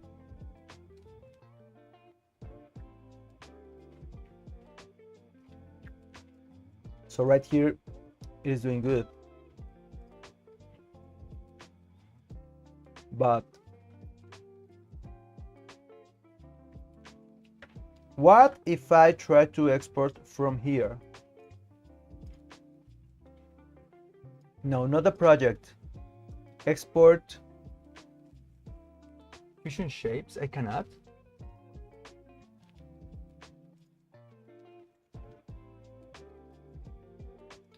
Can I export this as Fusion shapes? That would be amazing. Let's go to YouTube Live 13. Silhouette. I have problems to spell silhouette. This is the blonde right person. Right. Output Fusion groups. I think so. Okay. Let's try to close this. Oh my god. Okay, cool. This is not working still. Output cutout. Why? I'm still trying to figure this out, but I think it's kind of impossible for me. This was exported as a setting. So what I will try to do is to go in here and try to import this in here. Okay, these are B-splines. This should work. So once again, I will try a matte control. I will try to put this in the background, this one in the foreground. I will try to combine the alphas, add both of them. Oh, this goes in here.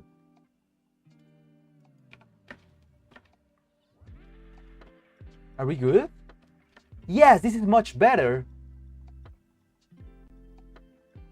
This is much better. Do you see that? If I turn off this, if I turn this off, that's the result. But if I turn this on, it is very subtle. I mean, over here, it is more noticeable. But yes, I love this. And we should also make it a little bit soft. I'm not sure if I should also try to subtract everything above here from this other mask, but this works like kind of perfect, to be honest. It is way better than before, way better. Okay, so I will do the same, but with the other person, the one on the left. I'm not sure if I should create a new layer. Should I? Can I where is workspace? Streamline, maximize, save, window.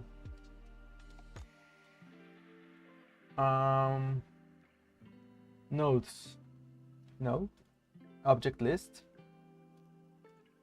Can I add doc? What is the correct workflow? Should I create a new layer? How can I use the same track that I used in here? And also, no, I should not use the exact same tracking data, to be honest. I should try to use like her own tracking data. But where can I create a new, color composite, arrange, key, roto. Yes, but from here, I think, right? So this one has no stabilization.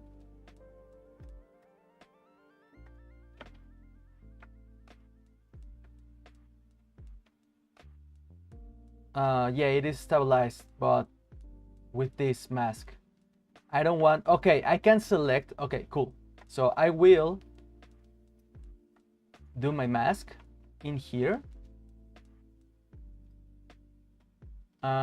What's happening? Okay, first is the neck and then is the hair, so it will morph into a single mask. No worries.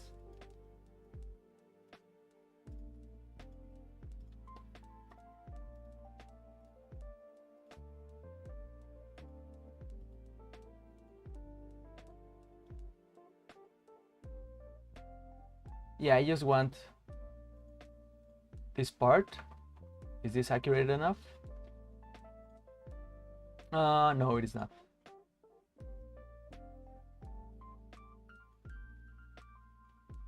There you go.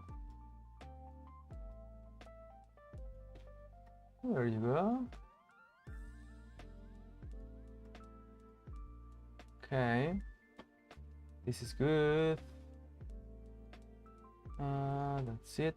Cool. So I will try to... Can you combine any three fusion composites in edit and render on this stream? Combine. What do you mean combine? Like to, yeah, like, yeah, okay, I think I could. Yes, I mean, I can. But yeah, sure, no problem. Let me just finish this and then we'll take care of that.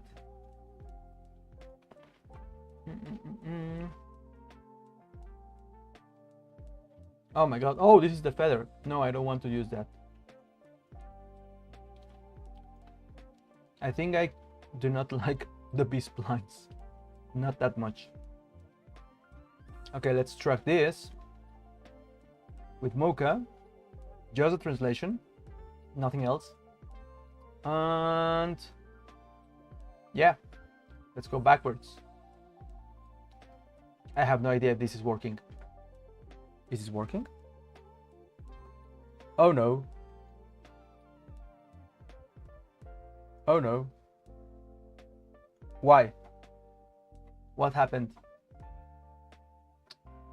Oh my god. Do you see that awful tracking? Okay, let's hit Command Z, Control Z. Oh yeah, sure. I will need to select like a better point, right? What about, I will create another layer. How? Okay, no, not another layer. More like can I track her ear? I can't. Yeah, maybe I should. Okay, I will do that. I will go into tracking mode, select this point, maybe all three of them. No, I can't. And try to track. Why I can't?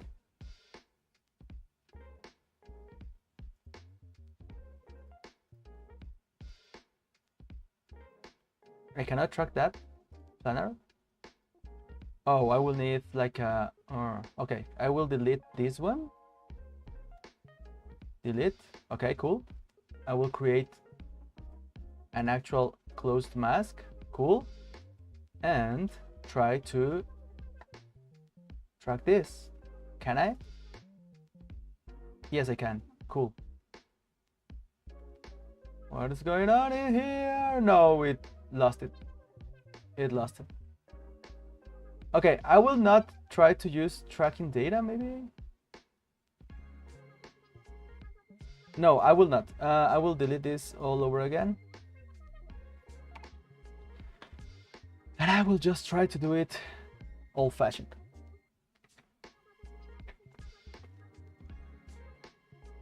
Let's set final track in here.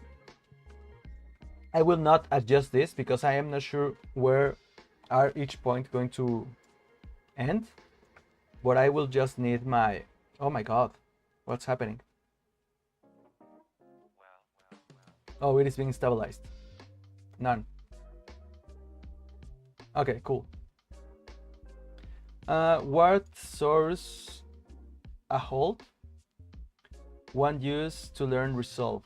And how long does it take one to get at intermediate level? Okay. As everything, it all depends on how much time you actually dedicate to the software. So I just want to, my mask. Oh, okay, I understand. Okay, so as with everything, you need practice, right? So what practice actually means is that you would have to set like some kind of expectation of what you want to learn. I don't like to establish like learning skills as beginner, intermediate, advanced, because it is all so subjective. I mean, you can't just begin to open DaVinci Resolve for the first time, and you can start working as a beginner and still work like in a post-production place. I mean, you would have to do like simple kind of tasks, and by simple I mean like organization and trying to set everything up for the other people, etc., right? But you will first need to set up your expectations. What do you want to accomplish? Do you want to start editing for like for movies? Do you want to edit just for like social kind of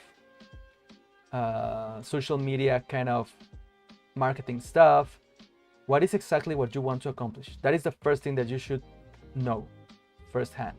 Okay, once you have established that, then you can set up like an actual path. That path, the interesting thing is that it will not be that way. You will think out of a path and it will change like constantly. It will be like very different to what you expected. But as long as you have your goal, you will know where to go, right? So once you have your expectations and once you have like a kind of a path, then you can actually start learning.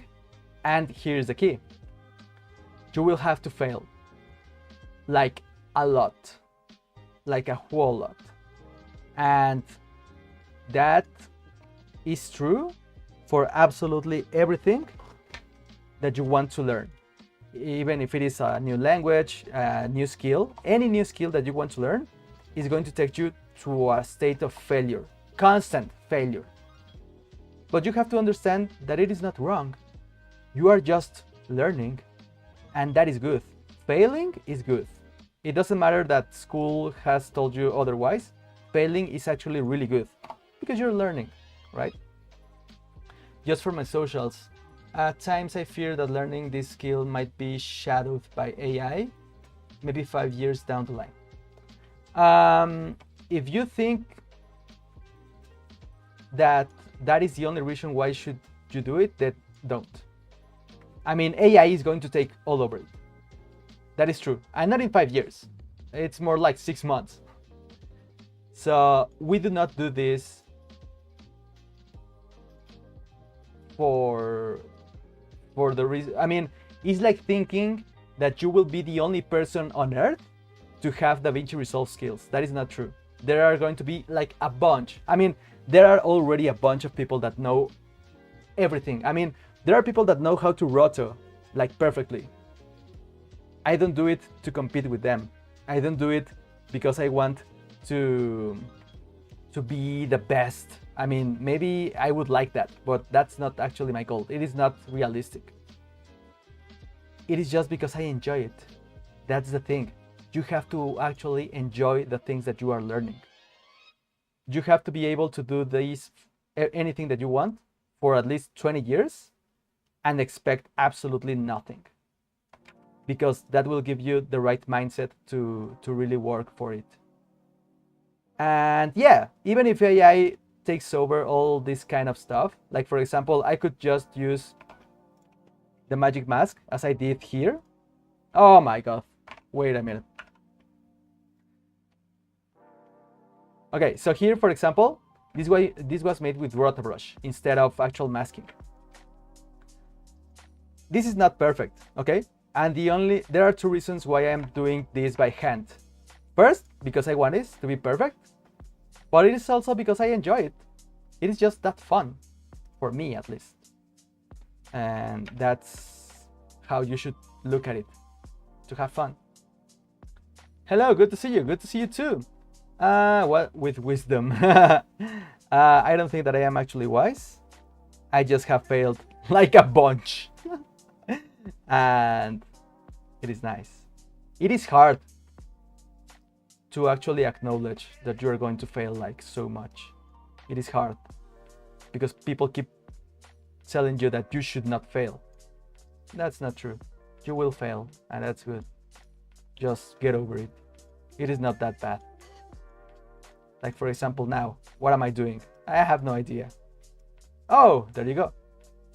Trial and error, trial and error.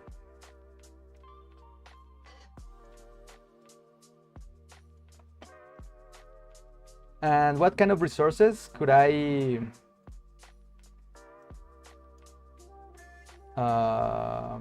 recommend you? Oh, there are a bunch, and it all depends. There are two paths to learn a new skill. The path on which you don't have any money, but you have like a bunch of time, and that path is YouTube. Just Google anything that you want to learn, and YouTube is going to give you the answer, right? And practice every single day, every single day. Don't miss a day. Every single day you have to do it. And there is another path in which you have a little bit of money and you can pay for courses, online courses, or you can go to,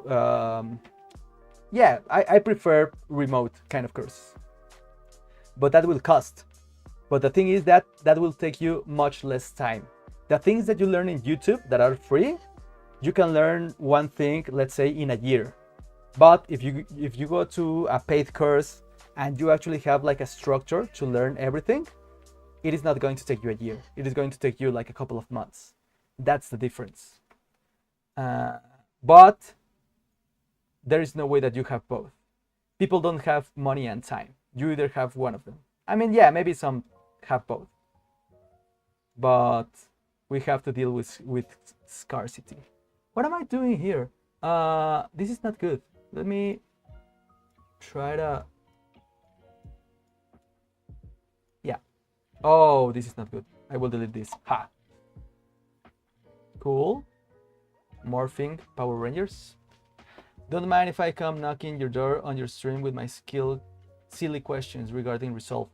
I don't mind. I love to answer questions. And don't think that your questions are going to be silly. You don't have to know absolutely everything. It is good to ask questions. That's the only way to grow. Silly people are the ones that don't ask.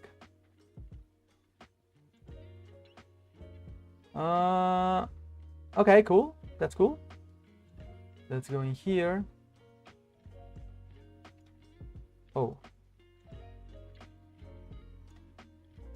Okay.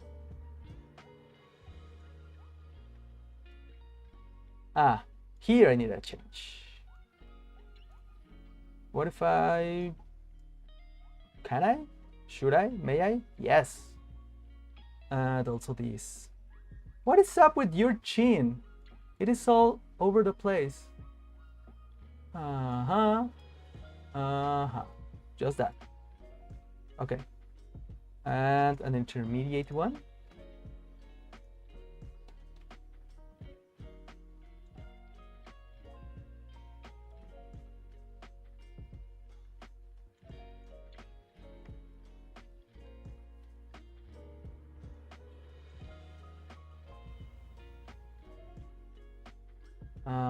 This is a little bit getting trickier frame by frame. So tricky. Do you think it's tricky to rock a rhyme? Oh, try doing some roto, man.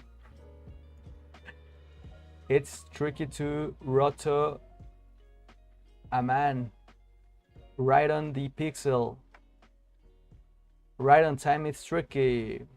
Tricky. Oh my god. I failed. I tried and I failed. Should I use cracked versions of Silhouette as a student? I don't think so. There is no need to crack any software, in my opinion. The risk is too high. It's too high. And there's no need to. What you should do is use the free version of DaVinci Resolve. Oh my god, I save this. You should just go in here. And instead of trying to use Silhouette, use the built-in shape tool. So I could just use the polygon tool and do the exact same thing. Just go in here and do this. Right? I mean, this is all messed up, but okay. So, and you can start doing the exact same thing. Just take your points, move them, and start doing some roto. You can even follow up a Silhouette tutorial, but the difference is that you're going to use DaVinci Resolve inside Fusion, right? This is much better. This will teach you two different skills. To transfer the instructions from one software to another, and this will actually show you how to roto. It is not worth it to watch a tutorial that just teaches you how to do something in a particular software. That's, in my opinion, that is not useful for anyone. What we should all try to learn is an actual skill. So if someone shows you how to cut with scissors, that is a great skill. To cut paper with scissors, that's great. But if they tell you, oh, you have to use this pair of scissors from this brand and this model, and this is the tutorial on how to use this specific kind of scissors. I mean, that could be useful if you are like in a very specific niche where you want to learn that specific skill for some reason. But if you are a beginner and you want to just learn how to cut, that is not the tutorial for you. You should watch a tutorial that shows you the actual skill, not how to push buttons inside a software, you know? So that is my advice. It is too risky to use cracked software.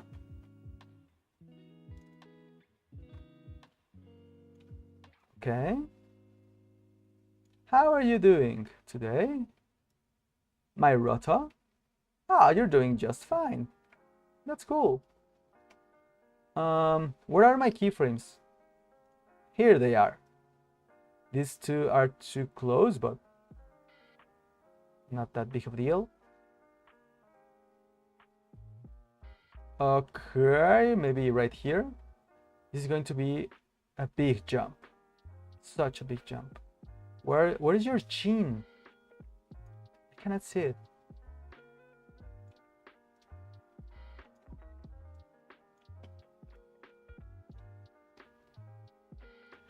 Okay, looking good, kinda. Yeah, of course I need to adjust this, right? It wasn't going to be that easy. Right here, I think.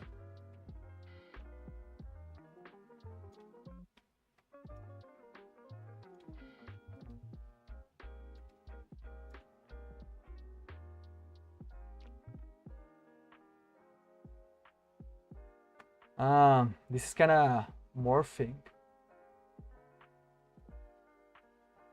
Okay. Oof. No, I don't want. Okay. I need to use this. I have so many problems trying to find the chin from this person. Oh, cool. That's perfect. So, next. And I also have problems trying to understand. Okay, I think it's right in here. Yes. Kinda. Oh my god, your chin is all over the place. Once, all over again. Oh, I should move all of this. Oh my god, I should.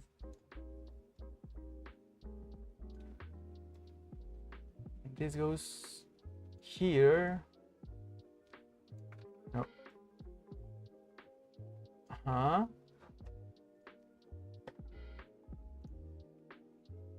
Ta-ta-tan. Ta-ta-tan. Maybe this? Yeah, better.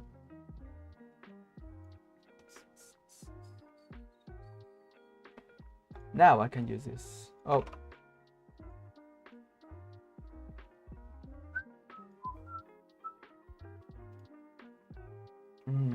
I'm not sure about this. The thing about roto is that you have to move. The less you move single points is going to be much better. If you start moving too many single points, that's going to be a mess. So you have to be very, very careful about this. And that's the thing that I am struggling with right now.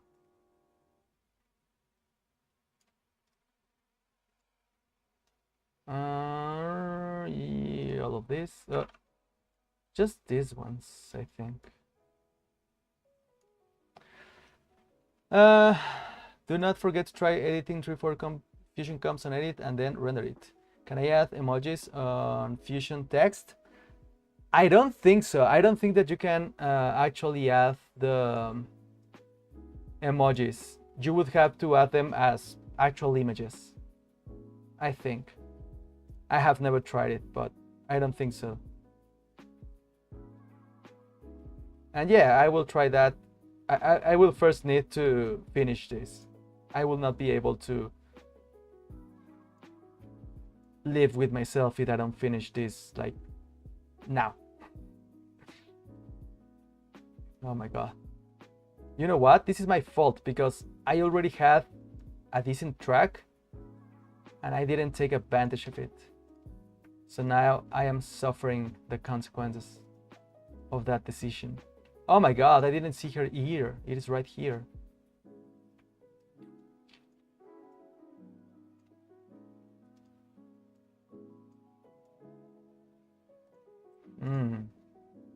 I think that we will have to cut her ear. I don't care. I mean, it is not that noticeable. Like, let's face it. No one's going to know if she has an ear or if she doesn't. Yeah, I don't care. Deal with it. Hey, how you doing? Still working on Fusion? Yeah, Confusion? Yeah, of course. Well, this is Silhouette. This is a roto tool from Bodies FX, which I love. But yeah, we'll steer in Fusion. We are going to use Fusion like for a huge part of these streamings. So I will try to also use a little bit of 3D or maybe even some simulations like in Blender. I may try to do some comps in, oh my god, what's that? In Flame, Autodesk Flame, just because I do love Flame. The only thing I am worried about is that when I use Flame, for some reason, in this machine, my internet goes bye-bye. I am not able to open Flame and at the same time use my internet connection. So I don't know why, but that happens. It's awful, but I don't know. I mean, I am working on Windows right now. My DaVinci Resolve is installed in Windows, but when I use Autodesk Flame, I have also Linux installed in here. So the problem is with Linux. And I don't know that much about Linux, like to actually correct that. So there's that. Oh, now you have an ear. Okay, you will have an ear for this frame at least. What's the easiest way to add countdown in Fusion? You know what? I honestly have no idea. I think that it should be able to be done with an expression. You should try to add a text, and that text, what's going on in here? What's happening? I messed up. I don't know what I did.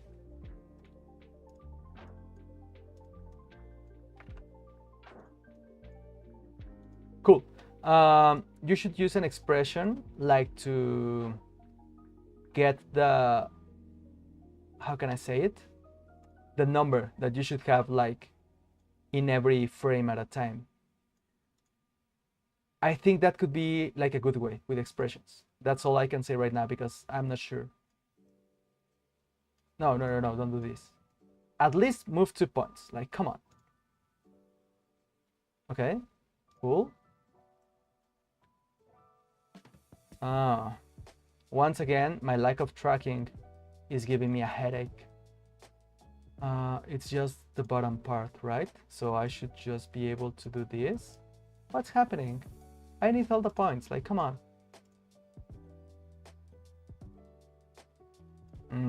Not working. Kinda. Cool. Yeah.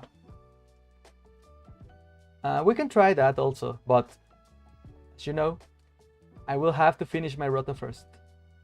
This is my priority for now.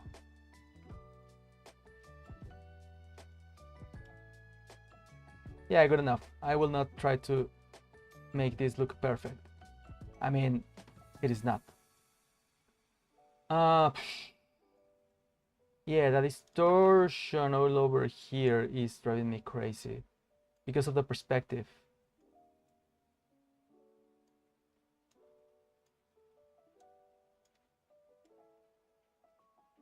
Okay, cool. Sometimes she does have an ear, sometimes she doesn't. I don't care. Oh my god, okay. I will try to... When is she going to be here? I will do this.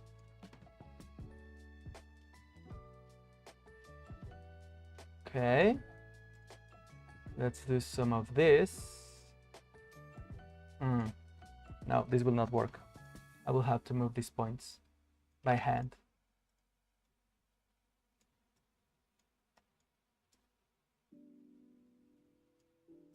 Okay, and this should go way up here. Oh my god, not you. You. Cool. Maybe if I do this and then that. I mean, okay, let's try this. And this should kind of work. Should kind of work. Oh, it does. There are some minor adjustments, but overall, good. Good, good, good. Yes, there you go. As easy as that. Here's just a matter of position. So, do this. No ear, for sure. Okay, I will leave it as it is. Right here, I am going to do this. A little bit of this, a little bit of that. Oh no. Oh no. Okay.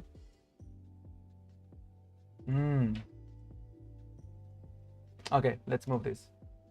No, I won't. Don't be silly. Okay, cool. Oh, this frame. Where is it? Here. This is just this, I think. Yeah. And oh, it was also this. And this. Cool. Yeah, I will deal with that. Okay, almost done. I think that I can put like a big keyframe in here. This should work. It's just like the like the side of this side.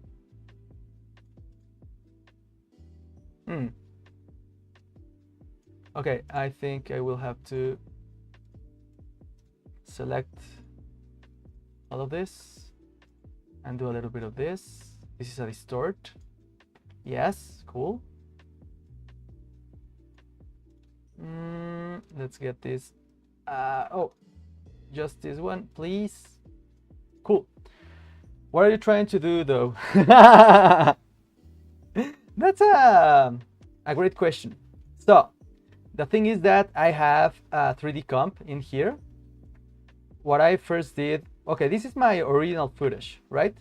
This is the original one. Here we have like a tripod, which is for the location of the CG object, okay? This is our plate. First, what I did was track the camera with synth eyes. Then I had to alter the horizon because it was not matching. So this is my virtual camera with all the movements. And this is with my horizon already aligned to the original grid from the comp. So there it goes. How do we know that this actually works? Because when we merge this with a 3D object, it matches, okay? So what we're doing in here is having like an actual 3D environment on which we can add any object and it will stay on the floor and with all of our composition.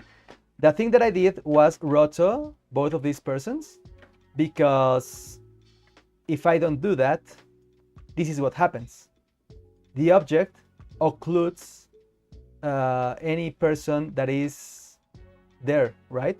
Because my footage is a 2D video, it is not a 3D render. So it is actually in front, right? So what I need to do is to mask both of my characters.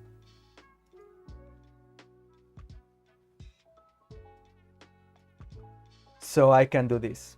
But the thing is that I did this in RotoBrush and the heads are like awful. The roto work is good in the body, but not in the head.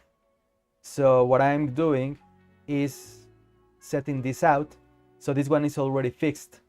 So we'll still have the left person. We still need to repair this. So that's what I'm doing. I am repairing the bad rotor work from the rotor brush from After Effects.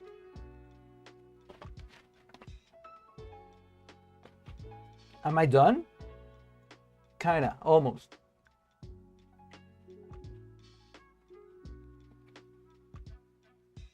Okay. Where are you? Oh, from the... Okay. We are dragging so bad. I will do this. And I will do this in here.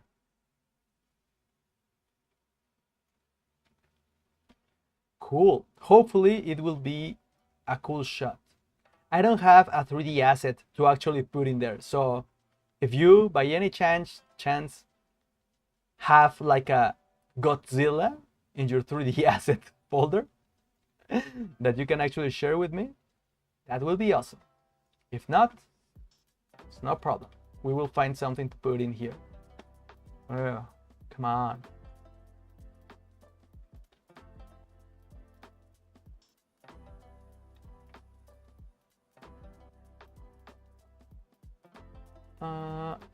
I will have to adjust this. It drags. It's just like a little bit, you know. Okay, so the lesson that I learned today doing this is that I will actually have to track before trying to mask, because this second one was much more painful than the first, and that is all because I didn't use a tracker. So I mean, it's done, but it was so painful. I don't know how can I output both of these. Should I... Is there like a alpha composite maybe? Okay. What is this doing? And how can I look at the result? Just by clicking, right? Input 1, alpha, alpha, and if I output this, what am I seeing? I don't see anything. Why? Maybe just the alpha? No. If I look at this, output. Okay, cool. Yeah, we have both of the masks. I think this is good. What if I just save this and take a look at this? Oh yeah, this is messed up. I remember this. The output. I don't know why, but Fusion is freeze framing my rotor, and I hate that. Okay, let me just export this from Silhouette, and then we'll go into the thing you were asking about, having multiple compositions from Fusion and trying to render them. That should be fairly easy, but let's see. Can I select both? Oh no. Okay, I will just select this. Come on, cool. And I will export my Fusion. Why I cannot? Okay, what if I put another rotor?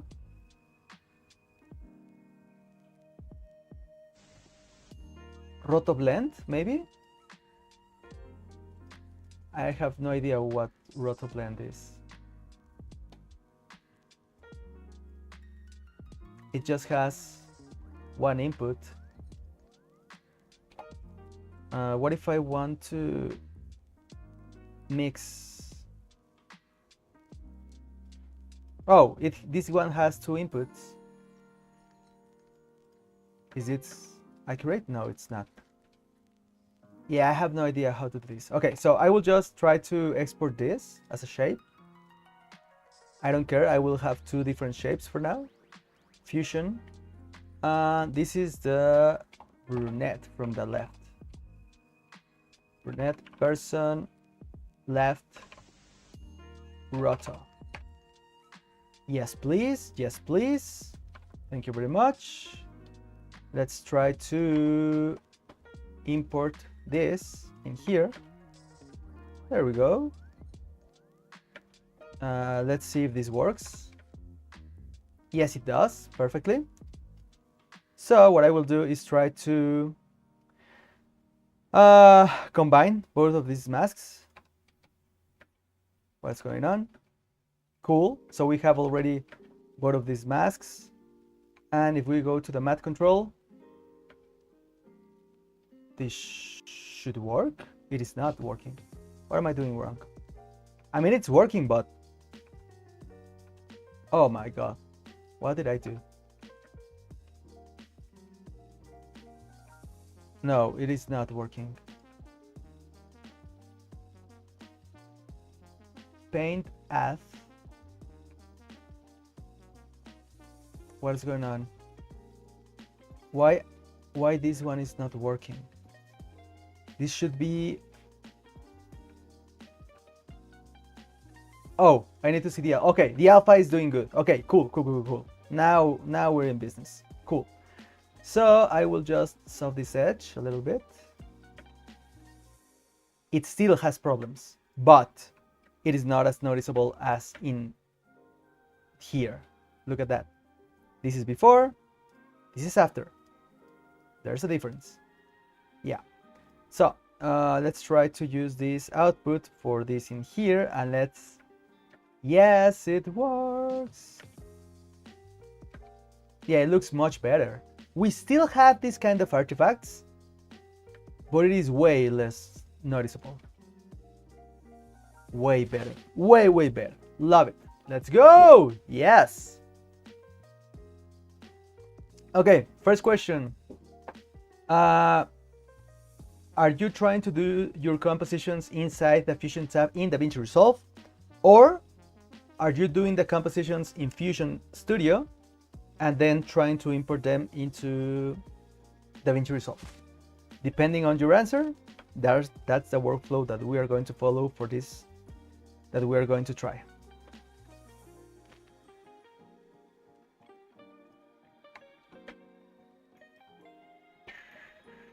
I cannot believe how good this looks.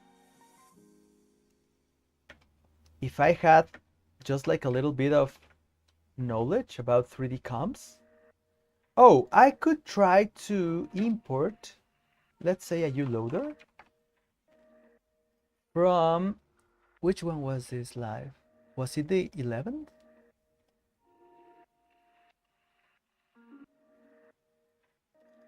Yes. Yes. Where are you? There you go. Okay, so right here we have like a normal plant. This is a USD asset. So we will try to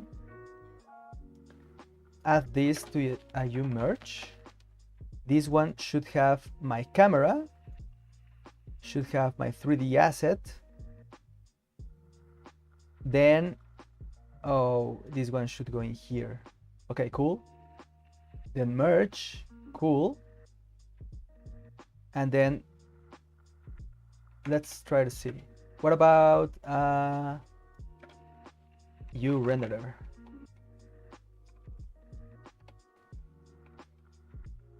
Yeah, I think this works. Maybe. It is so weird. Importing them on edit. Okay, I think that you are doing it all inside DaVinci Resolve. So I will go out of Fusion and I will open DaVinci Resolve.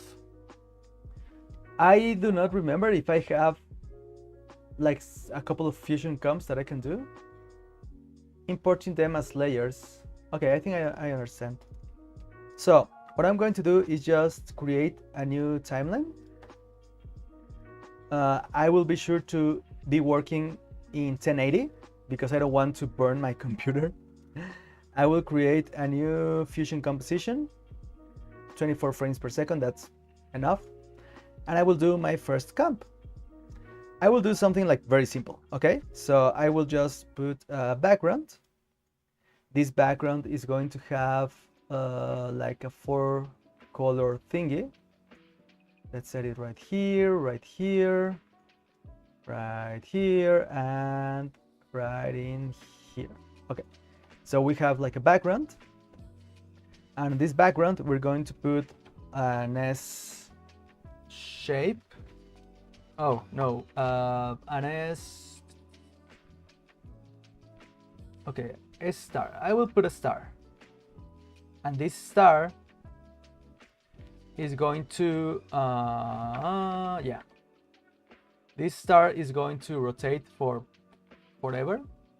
Yeah, with the angle I will put an expression that will say just time divided by 10 maybe. This is not working. What's happening? Let's try this again. Time divided by 10. Yes, cool.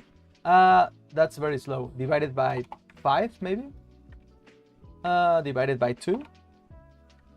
Yeah, good enough. So I have this star and I will render this as render. And okay, so I can now put this over our background. Obviously I can assign whatever color I want to this star. I mean, it doesn't matter for now. What about some yellow? And this is our first fusion composition, right? So what I will do next is create another fusion comp. Put it in here. This one will not have a background because I want to use the one in the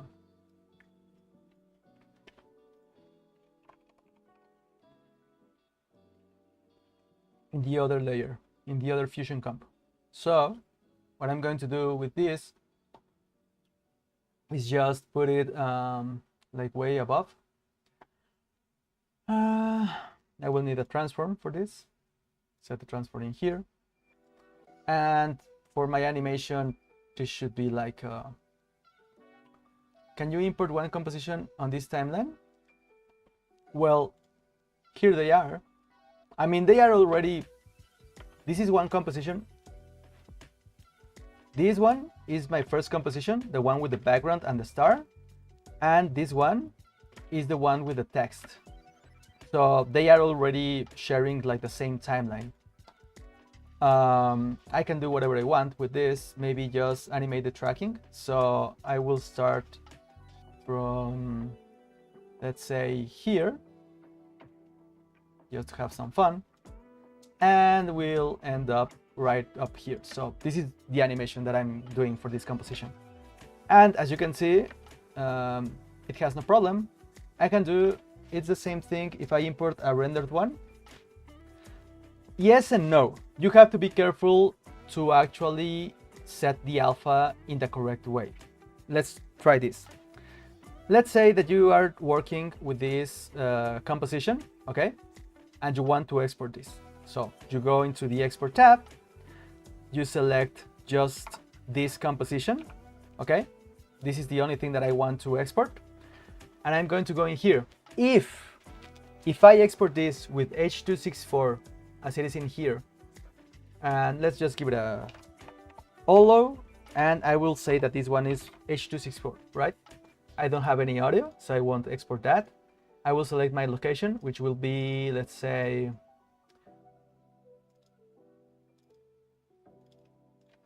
this will be my pre-renders folder, okay? And I save this, and I add to render queue, and I export this. There will be a problem. What problem will that be?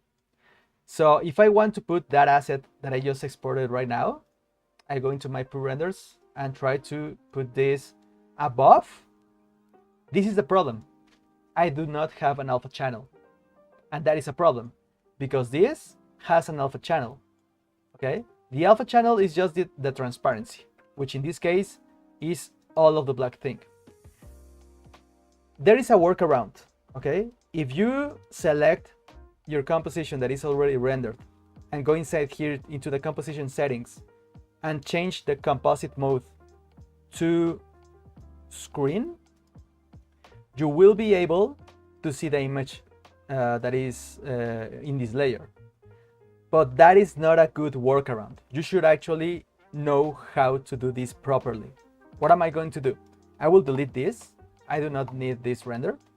I will render this again, but as I know that this has an alpha channel and that I will actually need it, I will not export this as an H.264. I can use either Apple ProRes or DNxHR.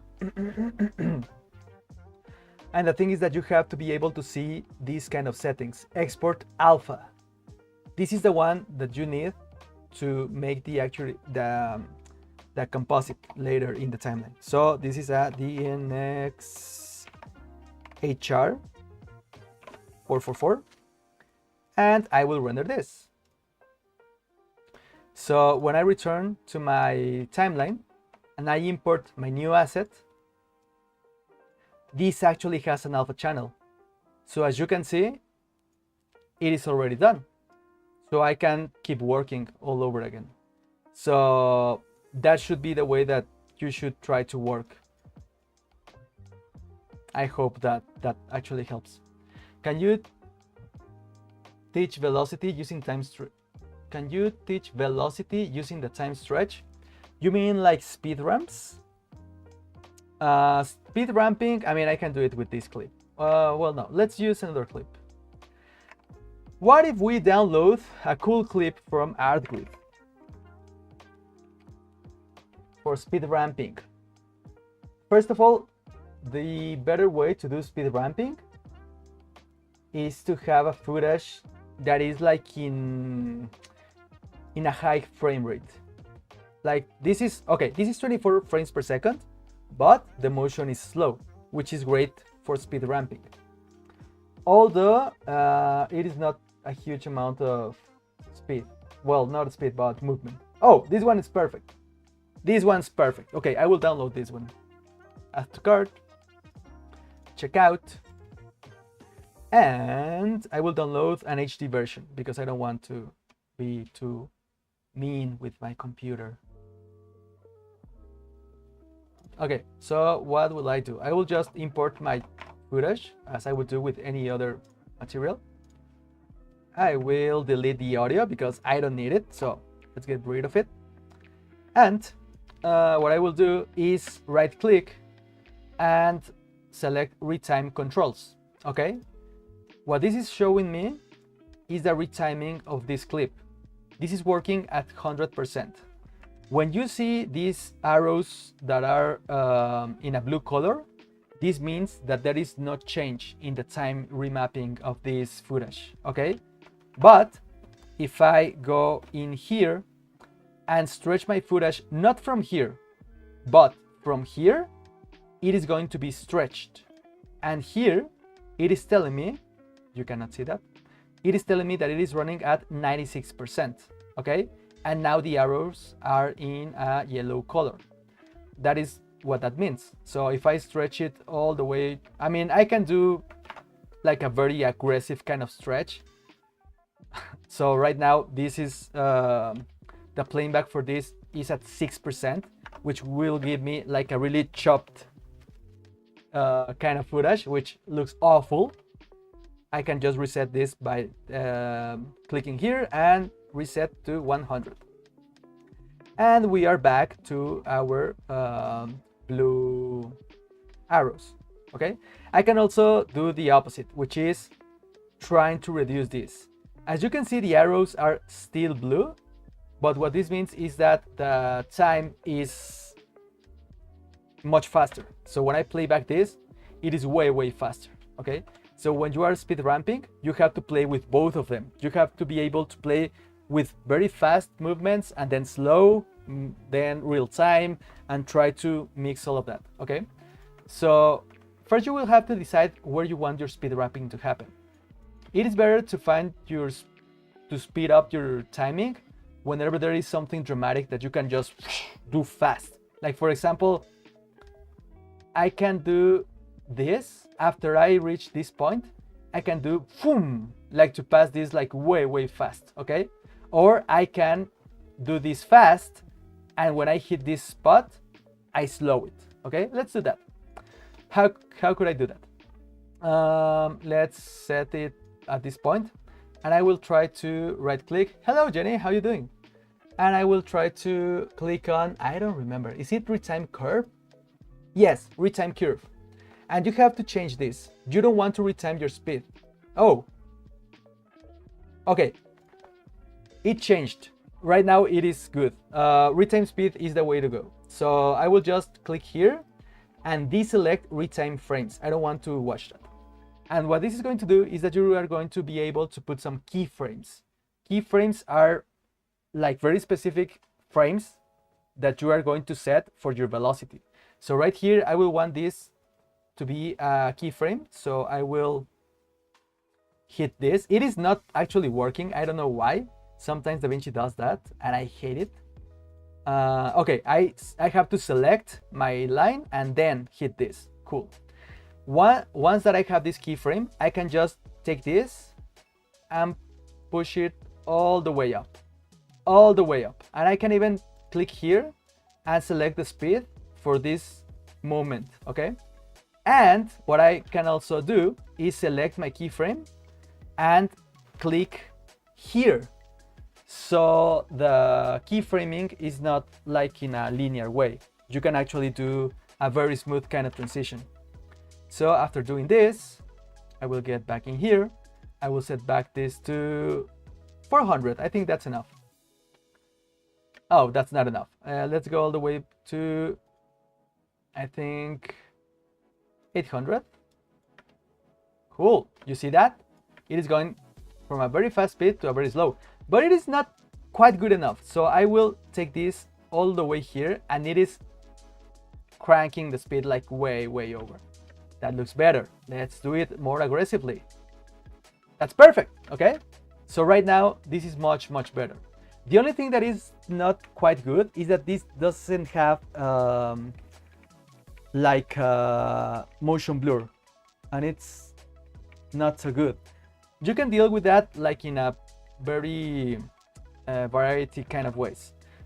One thing that you could do that is very simple, I will just hit this Ctrl R, and I don't want to see the curves. What I will do is just set here an adjustment clip, and I will apply an effect, which is the zoom blur. The cool thing about the zoom blur is that you can kind of fake your blur, okay?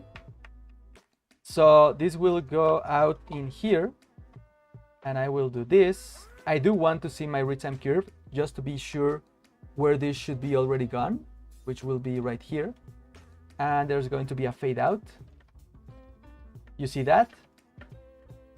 It is not perfect, but looks way better. Way better. I'm doing good. What about you? Doing great, Jenny. Thank you. How should I save my composites to reuse them again? Do I have to render every time? No, you don't. But it all depends on how you want to save them. Okay, I think this is already done. So yeah, that's how you do speed ramping. You can save them in two different ways. It depends if you want to keep making changes whenever you want to use those assets, or if you want to use them as they are already done. Okay, it depends on that. If you don't want to make any further changes and just use them as they are already done, you can just render them once and you can reuse them like every time you want. Like for example, this one, this animation from this text, I can use it over and over again whenever I want. I mean, I can put it right in here, set a transition, and follow, and make it disappear, right? I can use it whenever I want, and that's cool, but I cannot change it. Okay, if you want to keep making changes, you can just, let's say let's say that you want to use this pristine animation that we just did, because this is just so amazing that you want to keep it. Okay, you can go into your Fusion tab. I don't remember you have to select it or not, but we are going to select it. You can right click, go into settings, and save as. Okay, when you click save as, you can go to whatever folder you want from DaVinci. Let's say that I want to save it right here as an asset, as a Fusion asset. This is my cool star, cool yellow star, and that's it. And let's say that you want to go into a new project. I will not save this. I will say that I am going to delete this. This is like a composition, like a new project in DaVinci. I don't have anything, okay? I can go in here, create a new Fusion comp. And once I am inside my Fusion composition, I can just go into the folder where I saved my asset, which is right here. Click, drag, drop. There you go. Just delete this media out. You don't need this. You have to connect it to the new media out and you're ready to go. You can change the color of the star if you want. You can change the shape. Instead of a star, you want more like a more pointy star or anything that you want. And you can do all of these changes. Time stretch in Fusion, what is that? It's the same. The thing is that it depends on what you actually need. If you use a time stretcher, it is going to allow you to stretch the speed, okay? So right now, what is happening? It shouldn't be static. I'm not sure. Okay. So for example, in this case, this is working as a freeze frame, okay? I do not think that this is always the case. I have a question. Let me try to go to downloads. Let's say that I want to use this one. If I go in here, this is just for my own entertainment. I have questions. I have questions too, believe it or not. Let's say time. There are two. There is a time. Yeah, the time stretcher is more like a freeze frame. Okay, so it will freeze the frame on which you are applying it. That's all what it is doing, and it is useful for many kind of cases. And there is another, which is the time speed, where you can actually change the speed of your footage. You can make it like really slow, like this. This is so slow. Or you can also make it go way faster, right? It is kind of the same that in the editing tab, but if you need it for Fusion. Hey, I know it is a bit random, but how much do you think is a decent salary for an editor in Latin America? I got an offer of a big producer of my city, but I do not know how much is too much. Okay, it all depends. It depends if you are in the film industry. It depends if you are in the advertisement industry. And it depends if the advertisement is for social media or if it is for actual broadcasting and cinemas, etc. Unfortunately, the salary in Latin America is way lower than in the rest of the world. But there are like a few standards that I would set. I am talking about Mexico. This will not be real. I mean, even in Mexico, I'm talking about Mexico City, Monterrey, and Guadalajara, which are like the main cities. Everywhere, they are ads for broadcast. Okay, so at least in Mexico, if you're in Mexico City and it is for broadcast, and you're talking about editor. If we are talking about editing, and you will not do absolutely anything else, no motion graphics, no audio, no nothing, just editing, I would not expect anything less than, if it's monthly, I will talk in dollars. Well, the dollar is very cheap right now, but I would hope it to be around 2K monthly, $2,000 each month, at least. Well, at least 1,500, so 1,500. but it depends. Unfortunately, I've seen some jobs where they pay like 300, and it's like, what are you talking about? And the sad thing is that people actually take them, and that's why they can lower the salaries, because we actually need it, and that's awful. But yeah, I would say 1500 at least. I think I was going cheap because I was thinking at least 1200. Give it a, say that you want 1500 instead of 1200, 1500, and that's a good way to go. If they actually want to work with you, they will try to negotiate. So yeah, I think that's good. Not that bad. Where are you from? I'm curious. Cool. Should we return to our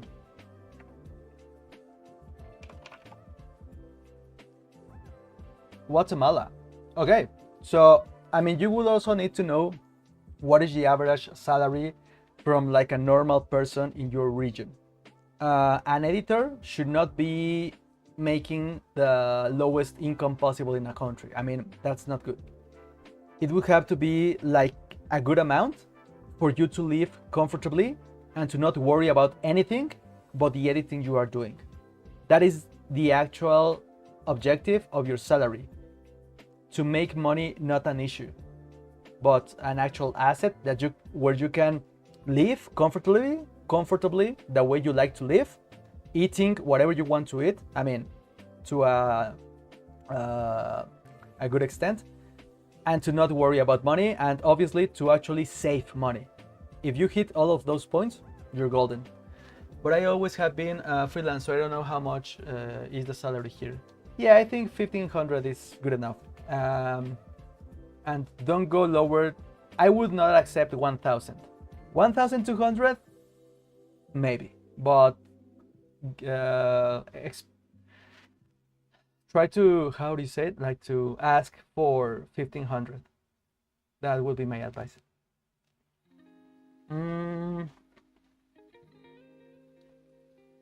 What was I doing? I do not remember where was my composition. Was it in here? Yes, it is. All right, thank you so much. No problem. Thank you for being here. Okay, we were trying to use this asset to make our composition. Let's try to, okay, I want to put this in the same spot. Oh my god, I will need a U-transform. Yes. And this U-transform will allow me to move this in here, because I want them to be scared of a huge plant. That's the goal. Just put this in here, and this should work, in theory at least. Scale the way all the way up. Cool, thank you. That's perfect. And if I render this, yes, that's cool. So what I'm going to do next is don't pipe this in here. Okay, merge this in here. Yes, look at that. So VFX, right? I will get rid of this image plane. I don't need it. I don't need my cloud. Cool. Have you ever been scared of a huge plant?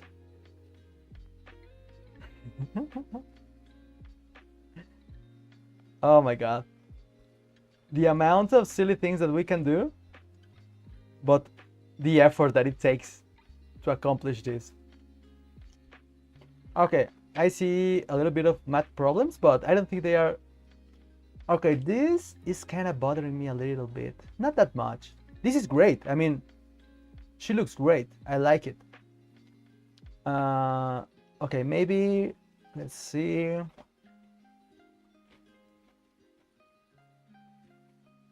Maybe just try to do this. Oh, not that much. Come on. Maybe this. Is that cool? Yeah, that's cool. Better. I mean, there are also some problems, but those were expected. And also here, maybe a little bit less of this. Yes. Oh, yes, that looks way better.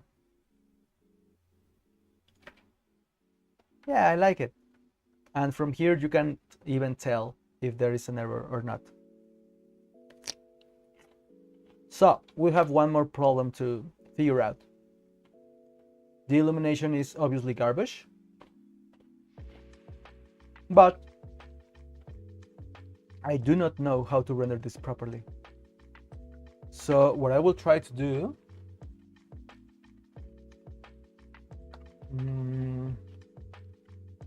can I actually use this to export my USD workflow into Blender? I just want to use this camera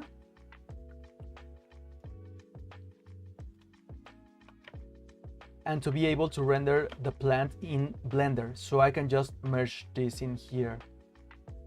Is that something I could do? Because the lighting is way off and I'm not sure how to do this in here. USD, camera, image, visibility. I don't. Oh, replace material. Interesting. No, not material. The material is looking good. I need to do something about the lighting. What about the dome light?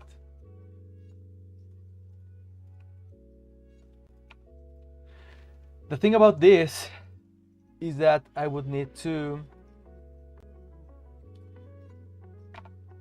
I think that I will download an HDRI Haven.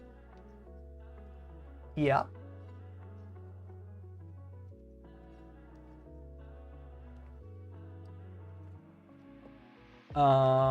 I need, what is this?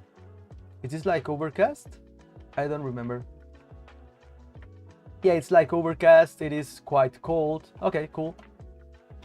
Maybe there are, okay, there are greens, there are blues, and kind of grays, right? So we will have to try to do that. Outdoors, overcast. Yes, overcast. Natural light. Let's see. This one, there should be a little bit more green.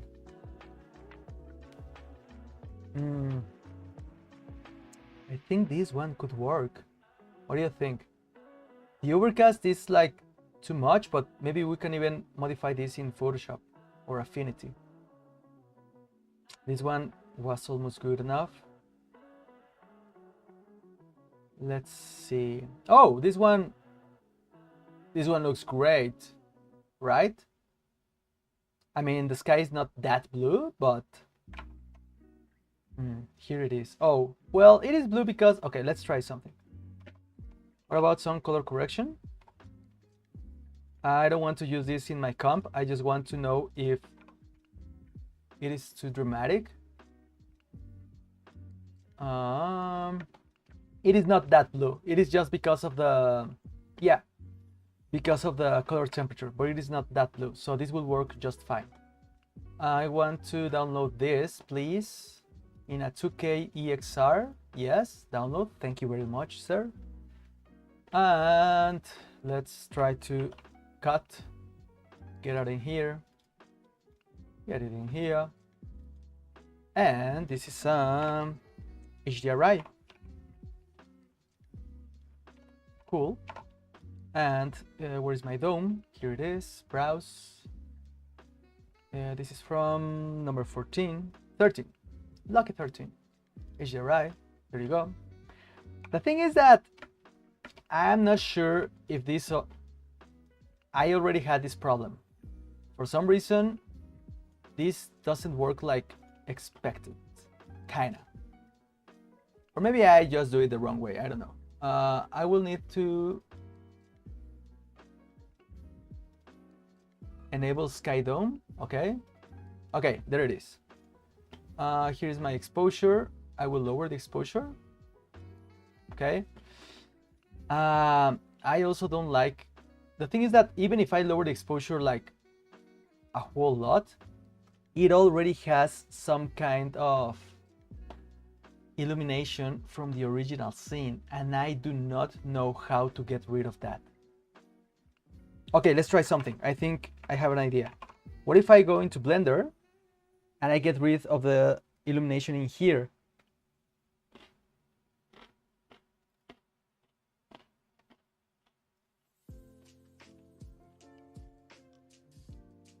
Here's my light. I will get rid of this.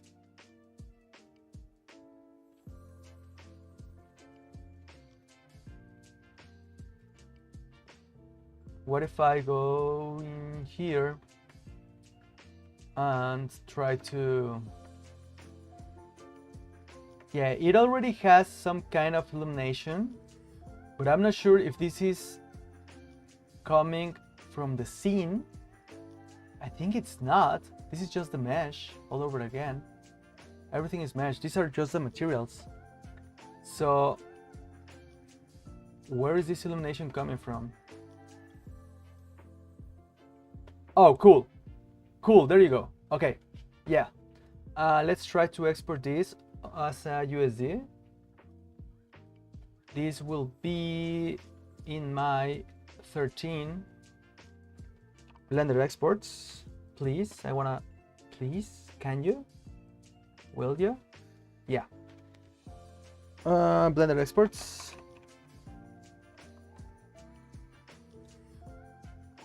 This is a plant.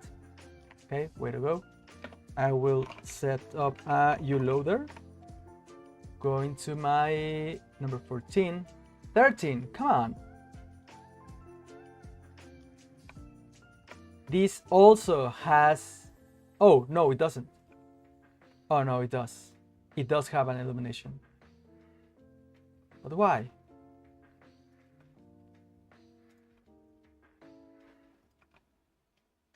I mean, this amount of contrast is not what I'm seeing here. That's the thing, what I'm dealing. This looks perfect. I like it. But here, in the renderer... Oh, is this better? No. No, it is not. Does my camera have a... No. None?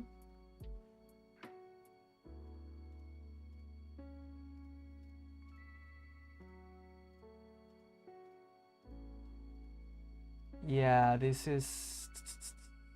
Enable shadows. I mean, why is the dome not... Oh, I know. Oh, what? There you go. But even then, I do not understand what happens in here. Let's not enable this. Is it already corrected? I'm confused. Well, it looks... Oh. It looks not so bad, I think. Maybe the textures are the ones that make this look not so great. Maybe if I set like different textures. It looks so silly. I love it. What if I put a little bit more of... Yes, less reds, because this is too...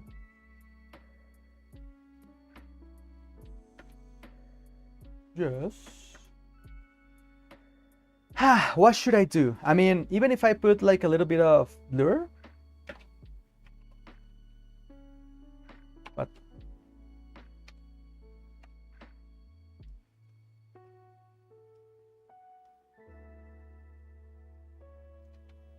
Even then, I mean, yeah, it kind of works, right? I will just have to set like a shadow, I think.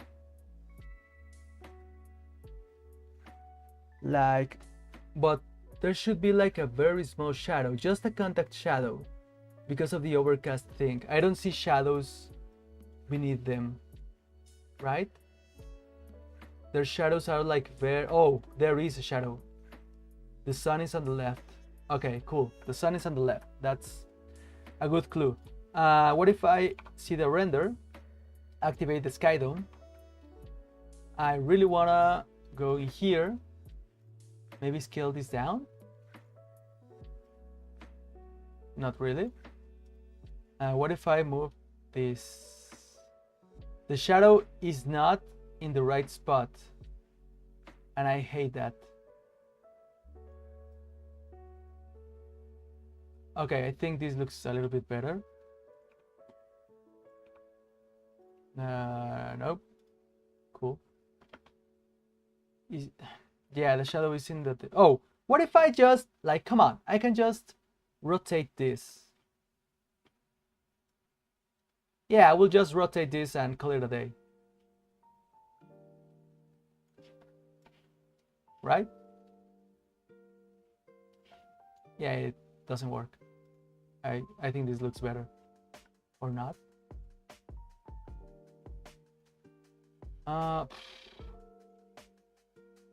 Yeah, I should render this like in another engine. And I just need the black thing for the shadow. How could I do that? I think the last time I did a background just with a mask and the lips. Exactly. I just pipe this into a plane, which will go with a transform that is going to mimic these parameters. I should do this, do a 3D transform, up, transform 3D, yes. What I will do is do everything as in the other plane, but additionally I'm going to subtract 90 from this. So translation goes in here, Z goes in here, this goes in here. Oh, no, that's not enough. Oh, this is enough. And merge it in here. Can I do that? Is that actually accurate? I don't think so. Or is it? Oh, yes, there it is. Cool. So I can now transform this from here. This is just for the scale, right? So, no, from here. I don't want to change. Yeah. Scale. Let's do this. This is what's happening. This is my background. This is my plane. Oh, I think it's because of the U merge. I already had this issue. Okay, cool. No worries. I can still just be sure that this is what I want. And now that I know it kind of is, I can just render and put it beneath this one and merge this in here, right? Like, right? Not sure. Is this actually happening?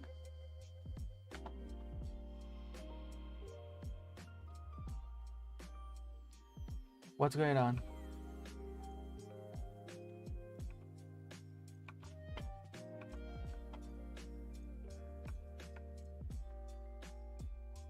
I mean, it is here.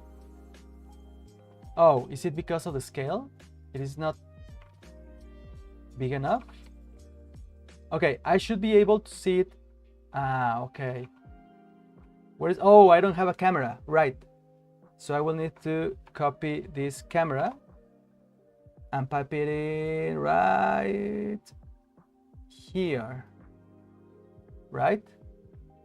No, after the transform, I think. Merge this here with this camera. Almost. But this camera needs this. Okay, I will pipe this in here. Yes. And when I render, yes. Yes, thank you. This blur is just for this render. This has to go in here in the foreground. This one goes in the background. Let's see. Yes, perfect. And pipe this in here. Cool. Okay, so now I just need to go into my merge. No, not the merge, the transform. No, not the Y, please don't be like that. I will have to get this like in here. I will not. Oh, okay. Is that accurate? No, it is not. Okay, I messed up. Is this accurate? Yes, it is. Cool. So I will just try to modify my original ellipse. Where are you? Okay. So when I modify this, it is going to be visible over there, right? So if I do this, oh, it is going to go out of bounds. Oh, it is still cool. Okay. Yeah, that's cool. And I will just try to soft the edge like a whole bunch and lower the level. And there you go. That's a contact shadow. Hey, ¿qué tal, Alfredo? It's all good. Thank you very much. I think that we already finished this shot. These people they are afraid of the giant plant that is in the middle of the city. How terrifying! Oh, you know what? We can actually see a little bit of the tripod. The reference tripod.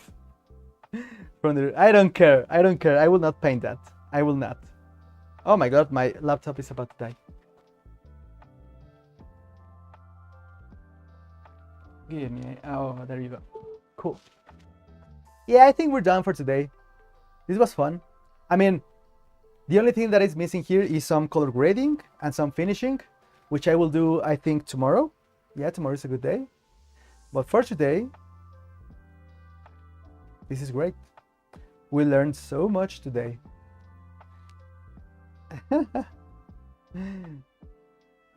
Looks like an issue with the shadow as it is not matching the girl's shadow. Yeah, the thing is that their shadow. What you mean, this shadow in here? Because unless it's the compression of YouTube, they don't actually have a shadow. They do not. So I don't think it's that awful. Maybe I could just let me do something in here. Nah, I would just lower this. Yeah, that's perfect. Even make it way softer. Yeah, that's cool. That's good enough. A little bit less level. I mean, it's just like a very, very dimmed shadow. It's not like a very big thing. Yeah. Little shadow underneath the girl with blue jeans that moves with a shot. What shadow are you talking about? Because when they move, yeah, when they move their feet. Wait, I'm confused because there is a shadow in here, but now that you're saying it, I'm not sure if the shadow is going from here to the left or from here to the right. Oh, it is going to the back. You're right. Their shadow is pointing towards her back. Yes, you're actually completely right. I did not see that. Thank you very much. So what I will need to do is just get back into my good old ellipse. Try to move this in here and in, maybe do a little bit of this. Okay, I will need to rotate. Maybe all the way up here. And also I just want this to be very, very subtle. Yeah, that's more than enough, I think. You can either animate shadow or do a shadow pass render. No, I think this is good enough. I mean, this is already in 3D space. So this shadow, which is, where are you? Where are you? Where is it? It is somewhere in here. If I turn off the soft edge, we will see it. Or not. Oh, there it is. I saw it. Here it is. So as you can see, here is the shadow. I will put this like in a very... There you go. There is my shadow. And it is already matched with the camera. So I do not worry about the animation. And we have to get this back into a black. And there you go. There's my shadow. Cool. This is the merge for the plant and the shadow. Why did I do? Oh, I missed the soft edge. There you go. Cool. And our final shot is in here. Cool. Yeah, I will need to just do some color and finishing, which will be fun. But that will be a task for tomorrow. So thank you very much for being here. Thank you very much for your questions. I really enjoy answering questions. So every time that you want, you can do it. I'm going to be here every Tuesday, Thursday, and Saturday from 9 a.m. to 1 p.m. Central Standard Time. So I hope you enjoyed this. Thank you very much, and we'll see you next. Next Thursday. Bye.